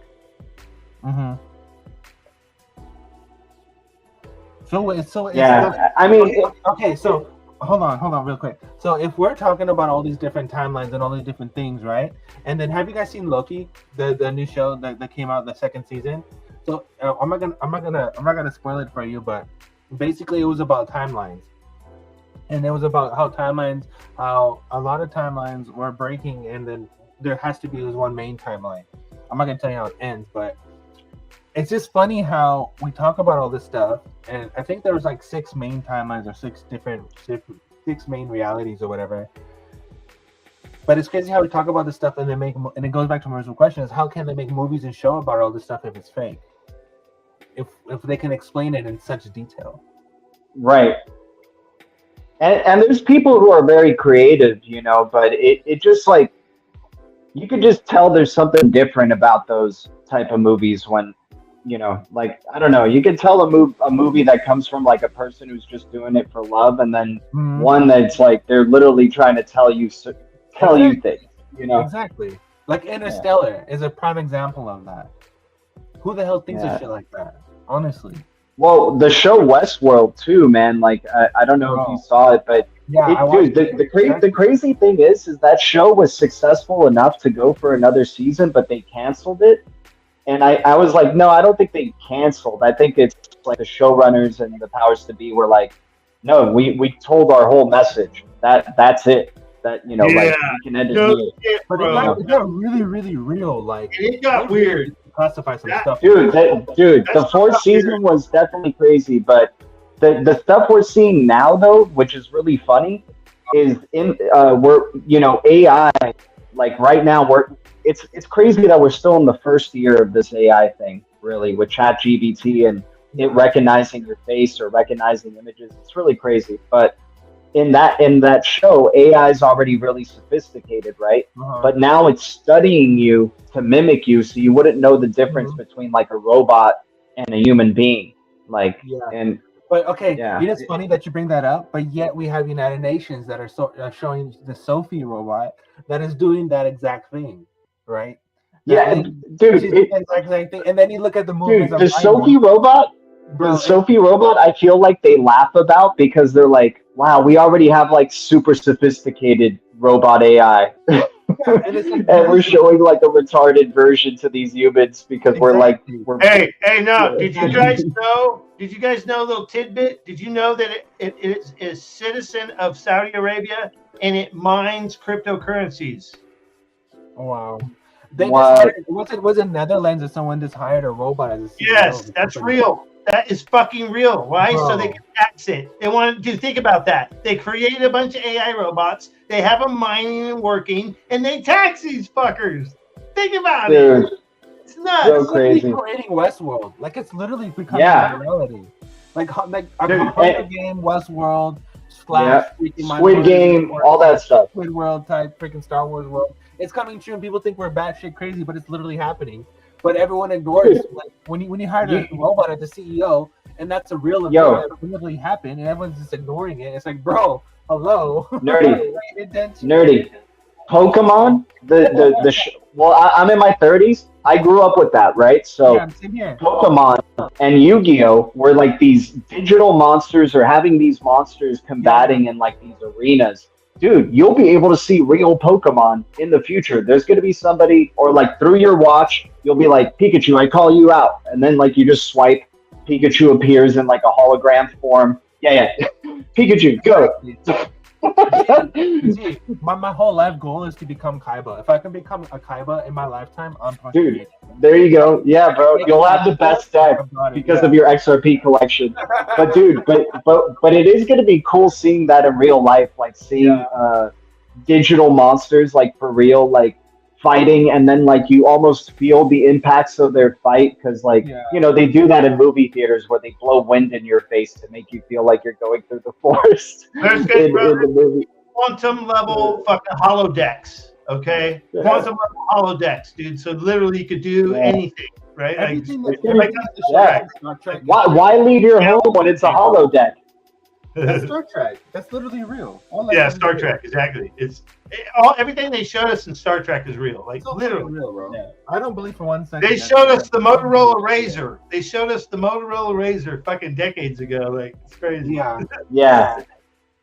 Beam me up, Scotty. That shit's real. The fucking Nerdy just showed us some shit that shows that they have patents on stuff. They probably have patents on. Yeah, they have patents on jump zones. Zones. I know they do. Hey, Rain. Hey, Rain. Real quick. Guess what? You talked about Star Wars. Do you guys, Rain? Do you remember Buck Rogers in the 25th century? TV show? Yeah. I remember Buck Rogers. Yeah. Okay, so in the medical ward, when Buck Rogers, was, he had some sort of illness, whatever. Guess what they used to diagnose the situation? It was a freaking iPad. And this is like 20, 30 years. Yes, it was a flat screen. It looked just like an iPad, and that's what they used to do diagnosis and monitor statistics on his, heartbeat, breathing, whatever. It was on a freaking iPad. They didn't call it that. They didn't say nothing about it, but that's exactly what it was. It looked just like it was a screen that you held, and it was a computer, but it was an iPad. You guys want to know something wild? If you go look at all the Indian temples, like the ancient temples, and look, pay attention to the little people and sculptures that's on the buildings and stuff, you'll see a person that's holding an iPad. You would literally see like a woman holding an iPad talking, or someone holding a cell phone talking on it. No, I've seen that. People I've seen them holding something that look, VR. Yeah, like I've seen them holding something that looked like a Motorola Razr. Out of here. All right, later. Okay, peace out, man. Oh, Be safe. Aloha, Bubba. Aloha, happy Much love, Wayside. Friday, guys. Have a good one. Be safe. All right, be Have a good safe. one. Later. What about the show Doctor Who? Bro. Yeah, Doctor Who, right? Yeah. Oh, totally prophetic. And the thing with the thing with telephone, transporting telephone booths was in Bill and Ted as well. Like, I don't know what they got with telephone booths, or hell, Matrix. They would go to a telephone booth to go out. Yeah. Like, it's crazy, man. Superman getting ready in the telephone booth, bro. It's all telephone. Superman used to go in a telephone booth to change. Right. Oh my God. There was literally a movie with Colin Farrell called Phone Booth. See? Oh, I remember that one, dude. With the fucking guy was taking people out. Bro, they shove it in Was it one where a guy was taking people out, or were they time traveling? There was a guy who was in a phone booth for an hour and not 30 minutes. Didn't also Holy Die shit, Hard? dude. He Holy had to shit. hop to phone booth to phone booth. I mean, telephone to telephone. In Die Hard 1. Right.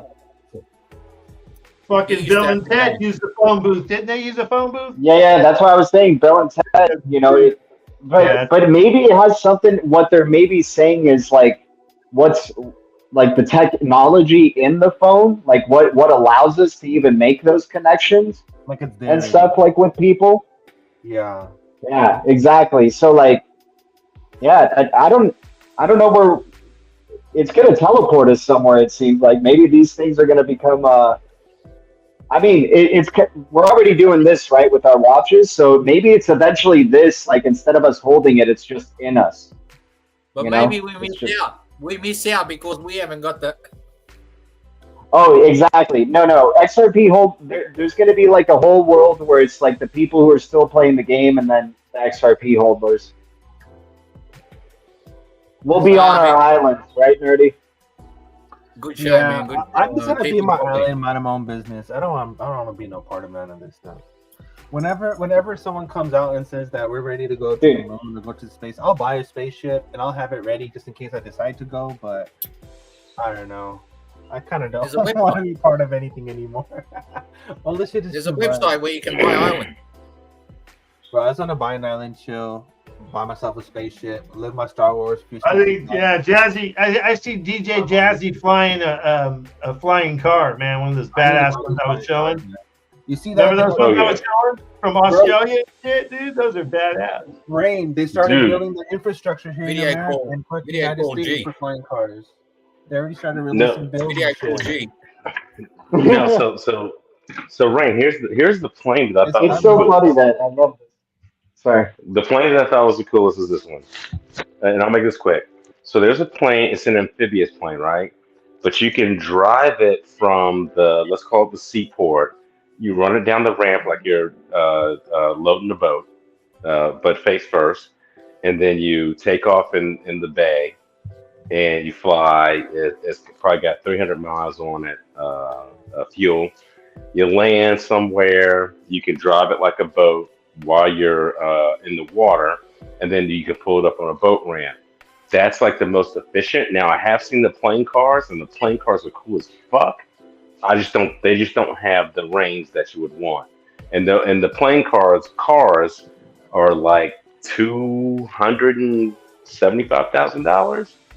And my mission wouldn't be that, so I would use a cheaper plane with a longer range and do that. Because I want to make my way to Australia for sure. I rest. Everyone's going to Australia to kick it at ET's house. ET, where is going to Yeah, we'll get some kangaroo meat. When you get to Australia, we'll get some kangaroo meat and we'll throw it on the barbecue. No, I just want some lamb. Dude, I'm all and in. I would feel, I don't know why, but I would feel bad eating kangaroo, man. I would. Yeah, I'd feel bad. Whatever, dude. I want him to be my buddy. I Yeah. want him to be my buddy, dude. I make friends. No, dude. When in Rome, you do what the Romans do. If it's kangaroo meat on the menu, I'm all in. It has high protein in it. Yeah, and you just put a little salt and blackening seasoning. I'm good. Oh my goodness! You can't overcook it. Hell, you put it in a pot with the water boiling, you got a stew. All right. It tastes like chicken. Does it taste You guys like remember chicken? that guy from Arrested Development? Like he's like an actor who like teaches this other guy to act, and like he's like he's a cheapskate. So like he sees somebody throwing like a bone away, he's like, dude, there's plenty of meat on that bone. You get some water boiling, you throw this in a pot, you got stew going. No, protein means that you live another day, and that's how I think. Yeah, protein. Yeah. All right, guys. Are you just protein diet, Jazzy? No. No, I don't have the paleo diet. I got a regular diet, but I understand with my medical background that I got from my dad, I understand how things work. So I do what's gonna make me live another day. Protein. All right, so is Protein everyone and feeling veggies. a little quickie update in the crypto sphere? Is everyone feeling bullish? Yes. Are they in the nerd zone where they're bummed out? We lost Nerdy? We did. Bullish. We lost Nerdy. Always bullish because I know what we hold. We're moving Okay, to so this. what? Right. So how high did Bitcoin go? Bitcoin went to what? Almost 38, or did it hit 38? I'm not interested. Oh, I don't even know. No, I hold haven't on. even paid attention. Hold on, because didn't it pull back? It did pull back, right? I think it pulled back. Everything pulled back, right? Just recently. Yes. Everything's 3% in J- the red. F.N.W.R. This is no shit, guys. F.N.W.R. was shown in a vision or dream or whatever. He gets prophetic dreams, and his is usually crypto and different things. And he was like, "Yeah, Bitcoin's going to go to 43,000." He's all, "But you got to lick your ice cream because everything's going to come back down, right?" And so what's he do? Rather than wait till 43,000 because you're kind of getting greedy there, that's kind of, you know what I mean? You might end up losing, right? So he pulls back. He does a buy or sell order at 38,000, guys, and I think it either barely hit it or barely didn't hit it. But it's just a trip that he fucking nailed it, man. Like, so I don't know how far it crashed. I haven't been paying attention. If I watch the chart every day, guys, if I watch it every day, I would go crazy. I can't watch it every day. So the one thing that's been kind of confusing me still in terms of like how it's going to all end up is XRP going to be the one that rises when BTC is crashing ultimately, like when it has its like death blow, if you will, because people are going to find out it can't scale, right? And just a bunch of other things that are wrong with it, obviously, but or is it going to crash with BTC and then XRP rises? That's what I've been trying to figure out. Because, yeah, I believe that it's going to go up because it's the chosen one. It's the utility token. It can't go down. Right. And I think there's a lot of people that would evacuate to XRP if BTC, like let's say if XRP was keeping like its price pretty well or something, or if like hell, even if XRP did get dragged down with BTC, I think people would try to find a safe haven in the digital asset space, and they would be like, "Oh shit! It turns out the XRP people were right. Safe haven, go to XRP." I also believe the common folk doesn't have any cash right now to purchase anything. The cost of living is high. Right. You know, so whoever and this, I believe, Bitcoin is pumped up through fake money. So all this 30, 40 grand that we see, 50 grand is not real money. Okay. The real money will flow. I believe real money will flow into XRP, XLM, XDC, Algo, all the ISO coins, few gaming coins. That's where the money will flow in at the first. And then after, once this is adopted, we'll see other projects being built on the network. And so here's my thought on that. And I agree with Ellie, but here's my thought. We're talking super, super high level finance, super high level. So you got to play the chess game really, really well. And I think the biggest fake out that we're going to witness, and I think we're going to witness it, is that if you're on CNBC and Fox Business, they're talking about Bitcoin and Ethereum. They're not saying a damn thing about what Ellie said, XRP, XTC, Algo, H.Bar, and I can name a few other coins. That's where the money is going to flow. And I think that everybody's talking, all the big boys, all the white shoe boys are talking their book to get everybody to go left, and then they're going to go right. And when they go right, it's going to be huge. And that's the reason they're going to why go the right XRP hard. Army, and that's the reason why the XRP army is so thick, is because we already understand the game. And I think that's a big thing to deal with. And I learned what that game was in 2018 when I realized that even if I went to school for finance and got a degree, even if I went to Harvard or Princeton or Yale, they would not teach me the game unless I was at a major Wall Street law firm or Wall Street investment house to learn what the game was. And that's when they were telling me. So we are here in a space where, in a room where we get to learn something that has never been taught. I'm done. Well said, man. Agreed, Sean.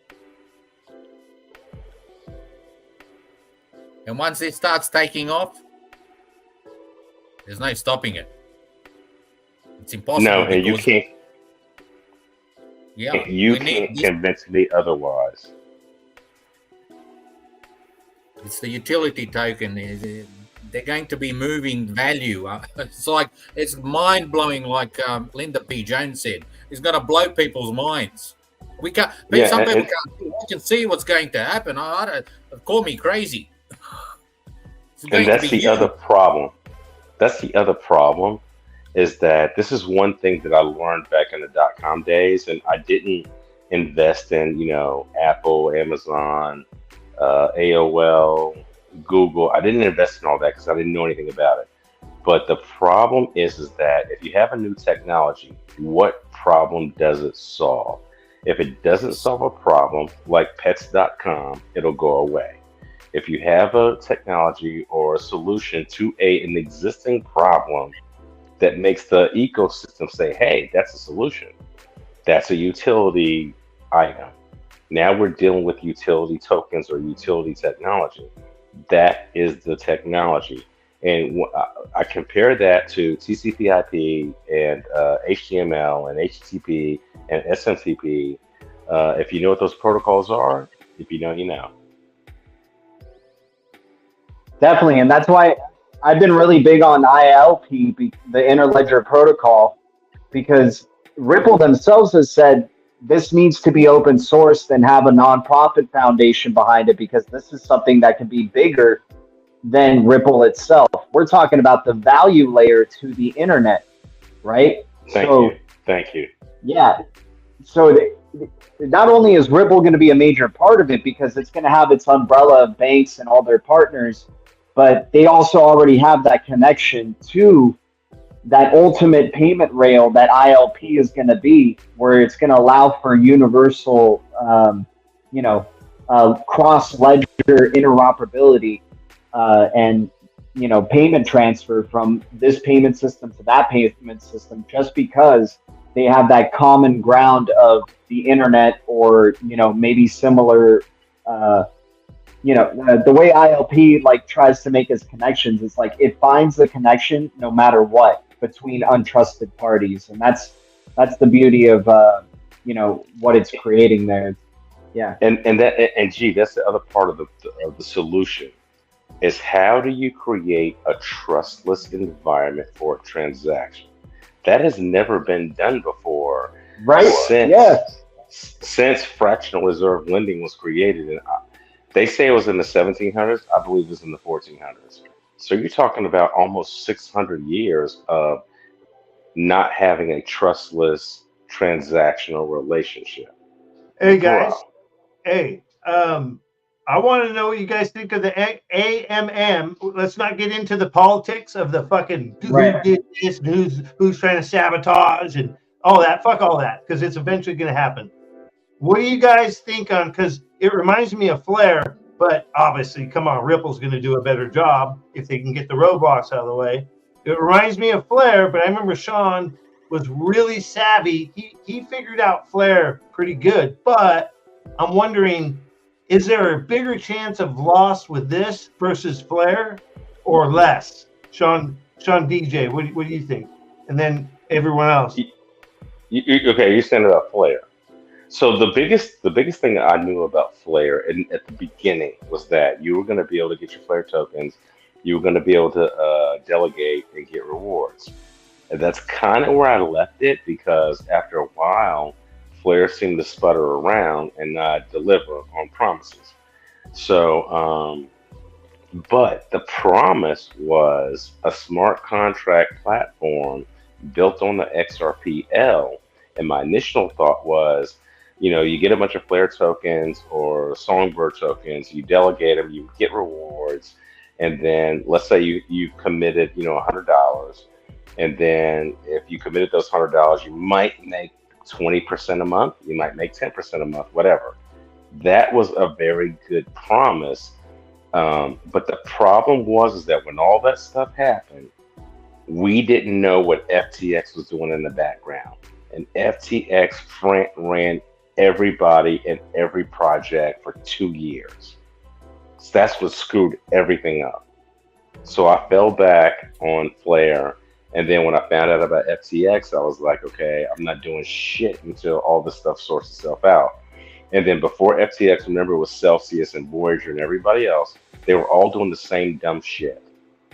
So now that all this stuff is cleared out, that means Flair, if they have any money, they might have enough runway to develop the project. So I'm watching it, and I'm going to re-engage. Same with Songbird. Same with a bunch of other projects.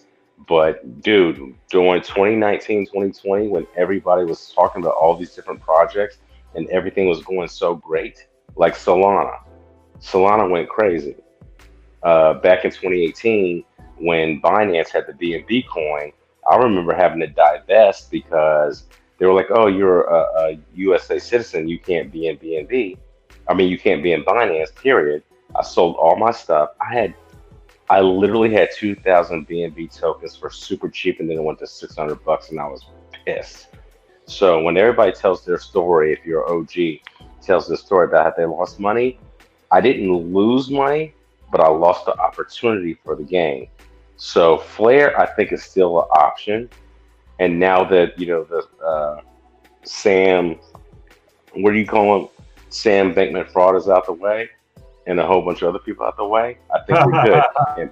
And Mike Novogratz got put in check with Galaxy Digital. There's still a lot of corruption, though. There's still a lot of bad actors out there that need to be put away. I know they're there. Go. This got off track because I was wanting to. But yeah, you're asking about the AMMs with XRP, right?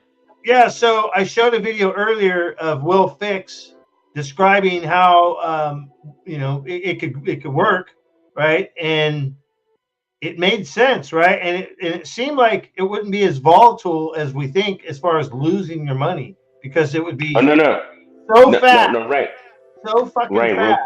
Within Rain, quick.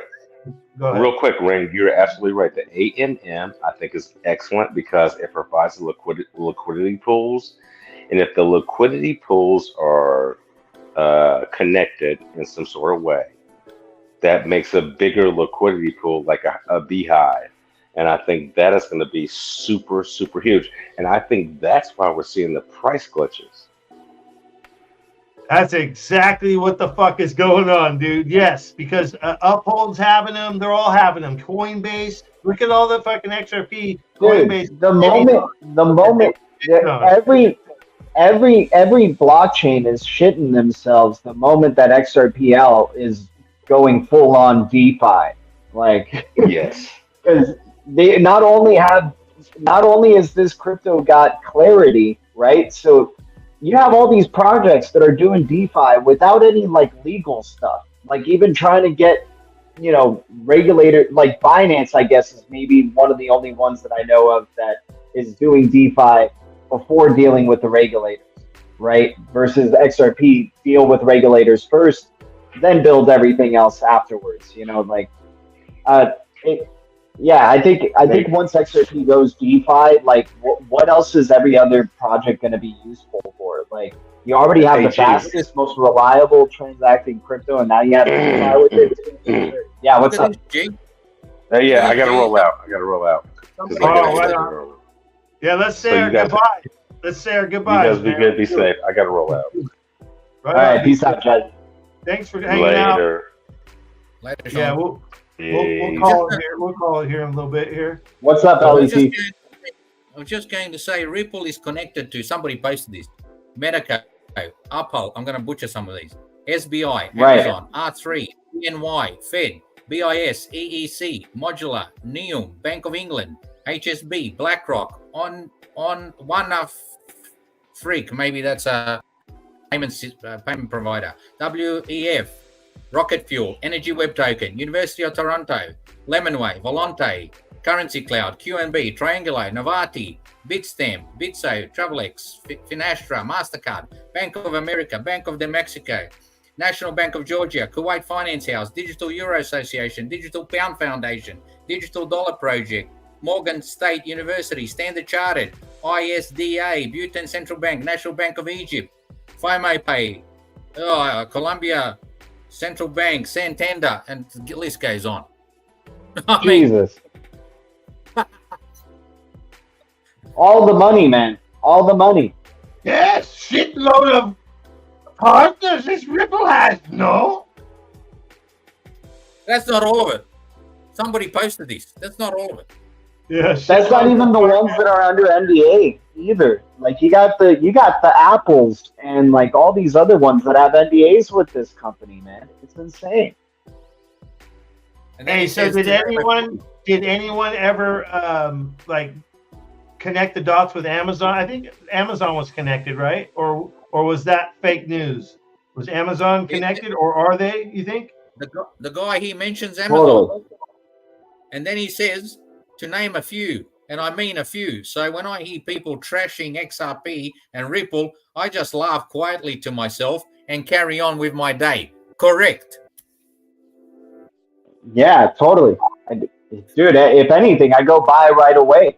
The more go buy some XRP right away after that negativity. You'd be like, okay, hey, there's still a lot of people who don't know. This is great. Yo, Sean, what's up? Yo, Sean, what's up?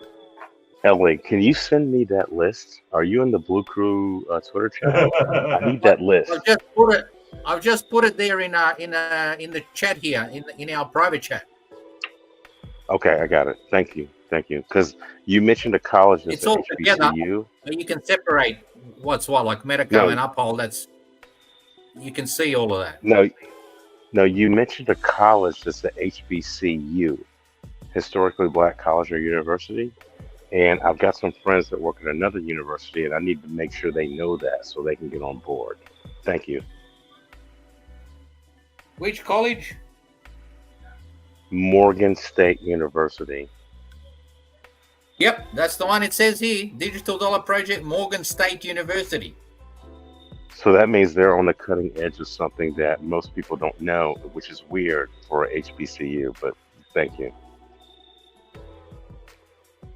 No worries.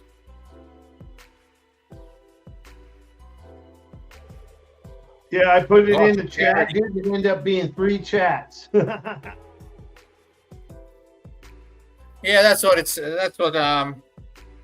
yeah, so guys, there's no fucking way in hell that this shit isn't gonna fucking boom, right? So being able to lease your shit out on AMMs, I always have a hard time saying that, I think will be so epic. It's something that I envisioned years ago with F.N.W.R, and I thought, well, why not XRP? If F.N.W.R's doing it, why not XRP? But back then they didn't have no smart contracts. They weren't really doing super fancy things, but they were making deals, right, and connecting and working hard. So all the other stuff kind of came fast, right? And now it's showing how decentralized it really is, because they can't just do whatever they want. So it's a trip. Yeah. You know what else I think, Ray and G? They're not going to let this slowly price rise, because a lot of us peasants could get on board.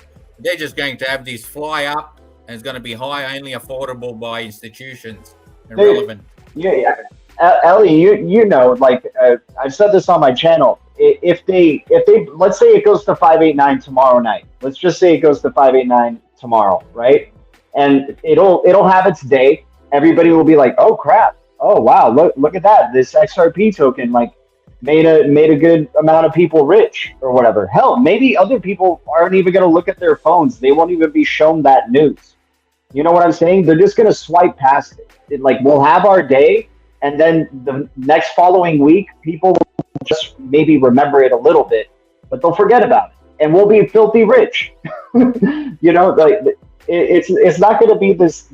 Like, it's either it's going to be a big news event where everybody in the world has to know what XRP is, or it's going to be like, no, still nobody's going to know what XRP is, and it's a high price. You know. But like I said, at cost of living, $500 Right. bucks. How many people are going to buy 10 pieces for $5,000? They can't even scrape up Right. to pay their mortgage. So, and plus you need like 10 pieces to open up a wallet.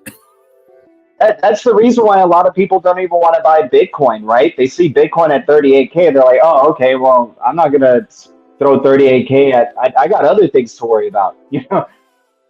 Exactly. And so XRP will be in the thousands, and then that'll be their thing. They'll be like, oh, I got other things to worry about. And then it'll go to the millions. I got other things to worry about. But guess what? It will, these coins now, because we're early, they'll skyrocket. Others will have a chance when something else is built on the network. You know what I mean? There's going to be other coins, other projects built on it. That's where they're going to invest. That's where they're going to be early, but we're already partying. Right, yeah, there's more waves to happen for sure. It should be some people say we're like the next boomers or something like that. Like it probably will be, this great wealth transfer. We'll be extremely wealthy because we're like the first part of that wave, or second part if you know, the first part was truly like a sub-penny XRP, right? Like those people who just bought XRP at sub-a-penny, God bless those guys, you know? Who saw the vision from that side now, you know, but and then the next wave, it'll go in waves, and hopefully, there should be great economic times coming, because we definitely been going through the pit, and there's probably even more to come of the pit before, the economic boom happens. For sure. Brad Pitt. No, I'm just kidding. That's why he's so popular, man. Fucking funny, dude. Hey, so what? On the network, there'll be projects that make it or not make it, and you'll be able to pick which one. And you know, in 5-6 years' time, the people that invest will get rich if they pick the right project. Right. So, but we got nothing to worry. Exactly. They want us to be crab people. Yeah. Be a crab. Slowly boiling in the water and shit. And don't wake up. That's what they want. There you go. What if it's a subliminal scorpion? Yeah, that's who. Yeah. The chomp. I was gonna say I'm gonna close it out here, guys. So let's say our goodbyes, and I appreciate G coming on, and Ellie and everyone else. And man, dude, I'm feeling pretty bullish, guys. I don't know about you guys. I'm feeling pretty bullish, man. Every day. Oh, it's fun, dude. Yeah. I honestly think the Riddlers were meaning this. Like, I'm not a big Riddler person. I know what the plan is with Interledger Protocol. That's like the end game. Interledger Protocol, mass adoption, it changing the way we see value, being the value layer to the internet. That's the real vision. But I think the Riddlers were talking about this year. I think this end of year is the celebration champagne glass. So I'm interested to see where the price is going to be for XRP by the end of this year. Right on. Got So 1 month to go. Yeah, you're super bullish. I like that. Not letting the freaking drama of the world get you down. You know, fighting through that. Because too much chaos is going to happen in 2024. Like there's going to be too much chaos. So I think there's going to be a bear cycle that's going to happen somewhere, and it'll be a catastrophic crash. But I think we're going to get some mega bull times coming soon. Yep. It's lining up. So what you got, Ellie? I believe if that crash happens, all the exchanges shut down. You won't be able to sell or buy anything until they kickstart it back again. Right. And okay, right. And at that point, do we have a new system? Because we're going to have a change of people, right? So you're talking about people stepping off the stage, new people come on the stage, and moving into prosperity. Exactly. That's where we're moving to. That's where I'm at. That's where I'm at, guys. I'm not dystopian. I'm utopian. Right. And, I'm bringing hope. Hope and hopium. Yeah, all of it. I'll tell you one thing. Bring the love, man. Bring the love. Why I'm so into the good will win. Because by now, I would have to be, right? If I want to go anywhere, places, they would have to make us do this. But yeah. The plans have been People failing. are doing this right now. People think this is cool. This is so cool. They're squeezing the tits, dude. They're milking them, man. Oh, those Sorry, are go on. Sorry, thank you, Ray. No, those are ripple nipple liquidity. Hey, thank you very much for having us today, Rain. And yeah, always positive. I can just say that tomorrow into the future, I know that I'm still bullish. Guaranteed. Yeah. And Ellie's from the future, guys. Literally. Yeah, it's a Saturday night. Future is bright. Yeah, it's Saturday, probably afternoon for Ellie, right?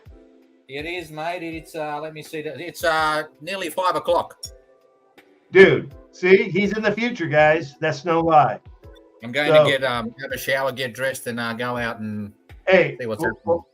Cool for hanging out with us, man. It's a trip being in the different time zones, different places, but yet we're on the same vibe. So it was awesome. You guys pumped up my bags. I appreciate it. So thanks to everyone in the chat. Thanks to everyone that came on. And yeah, we're gonna have to cut this because I need to go see what's up with the dogs and probably eat some food. What's the outro? Right on, man. Love you, Rain. Thank you. Yeah, Good seeing you, outro. Right on. I appreciate it, man. What outro do I have? The soldier. I don't have that one anymore, dude. I lost that one. Hold on. Let me see if I can find it. Hold on, real quick. Real quick. Let me see if I can find that shit, dude. Oh man. We straight. It was what's that? When G streams, it's early in the morning for me, around 4 or 5 o'clock in the morning. Sometimes I don't catch it. So when I do catch it, remember, it's 5 o'clock in the morning if you do see me on. I appreciate that, Ellie. That's good to know. I got context. I'm half asleep doing a donation of $5.89.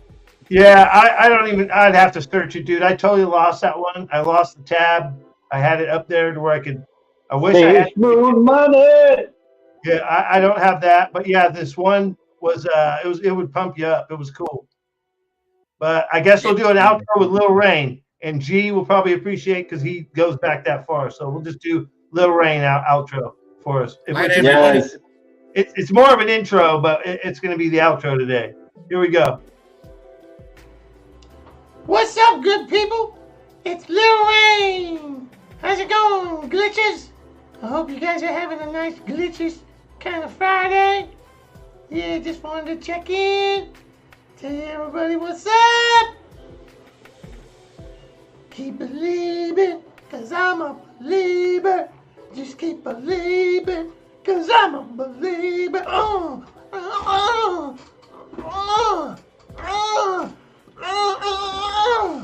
Don't mess with Lil Rain, man. Lil Rain bring the pain.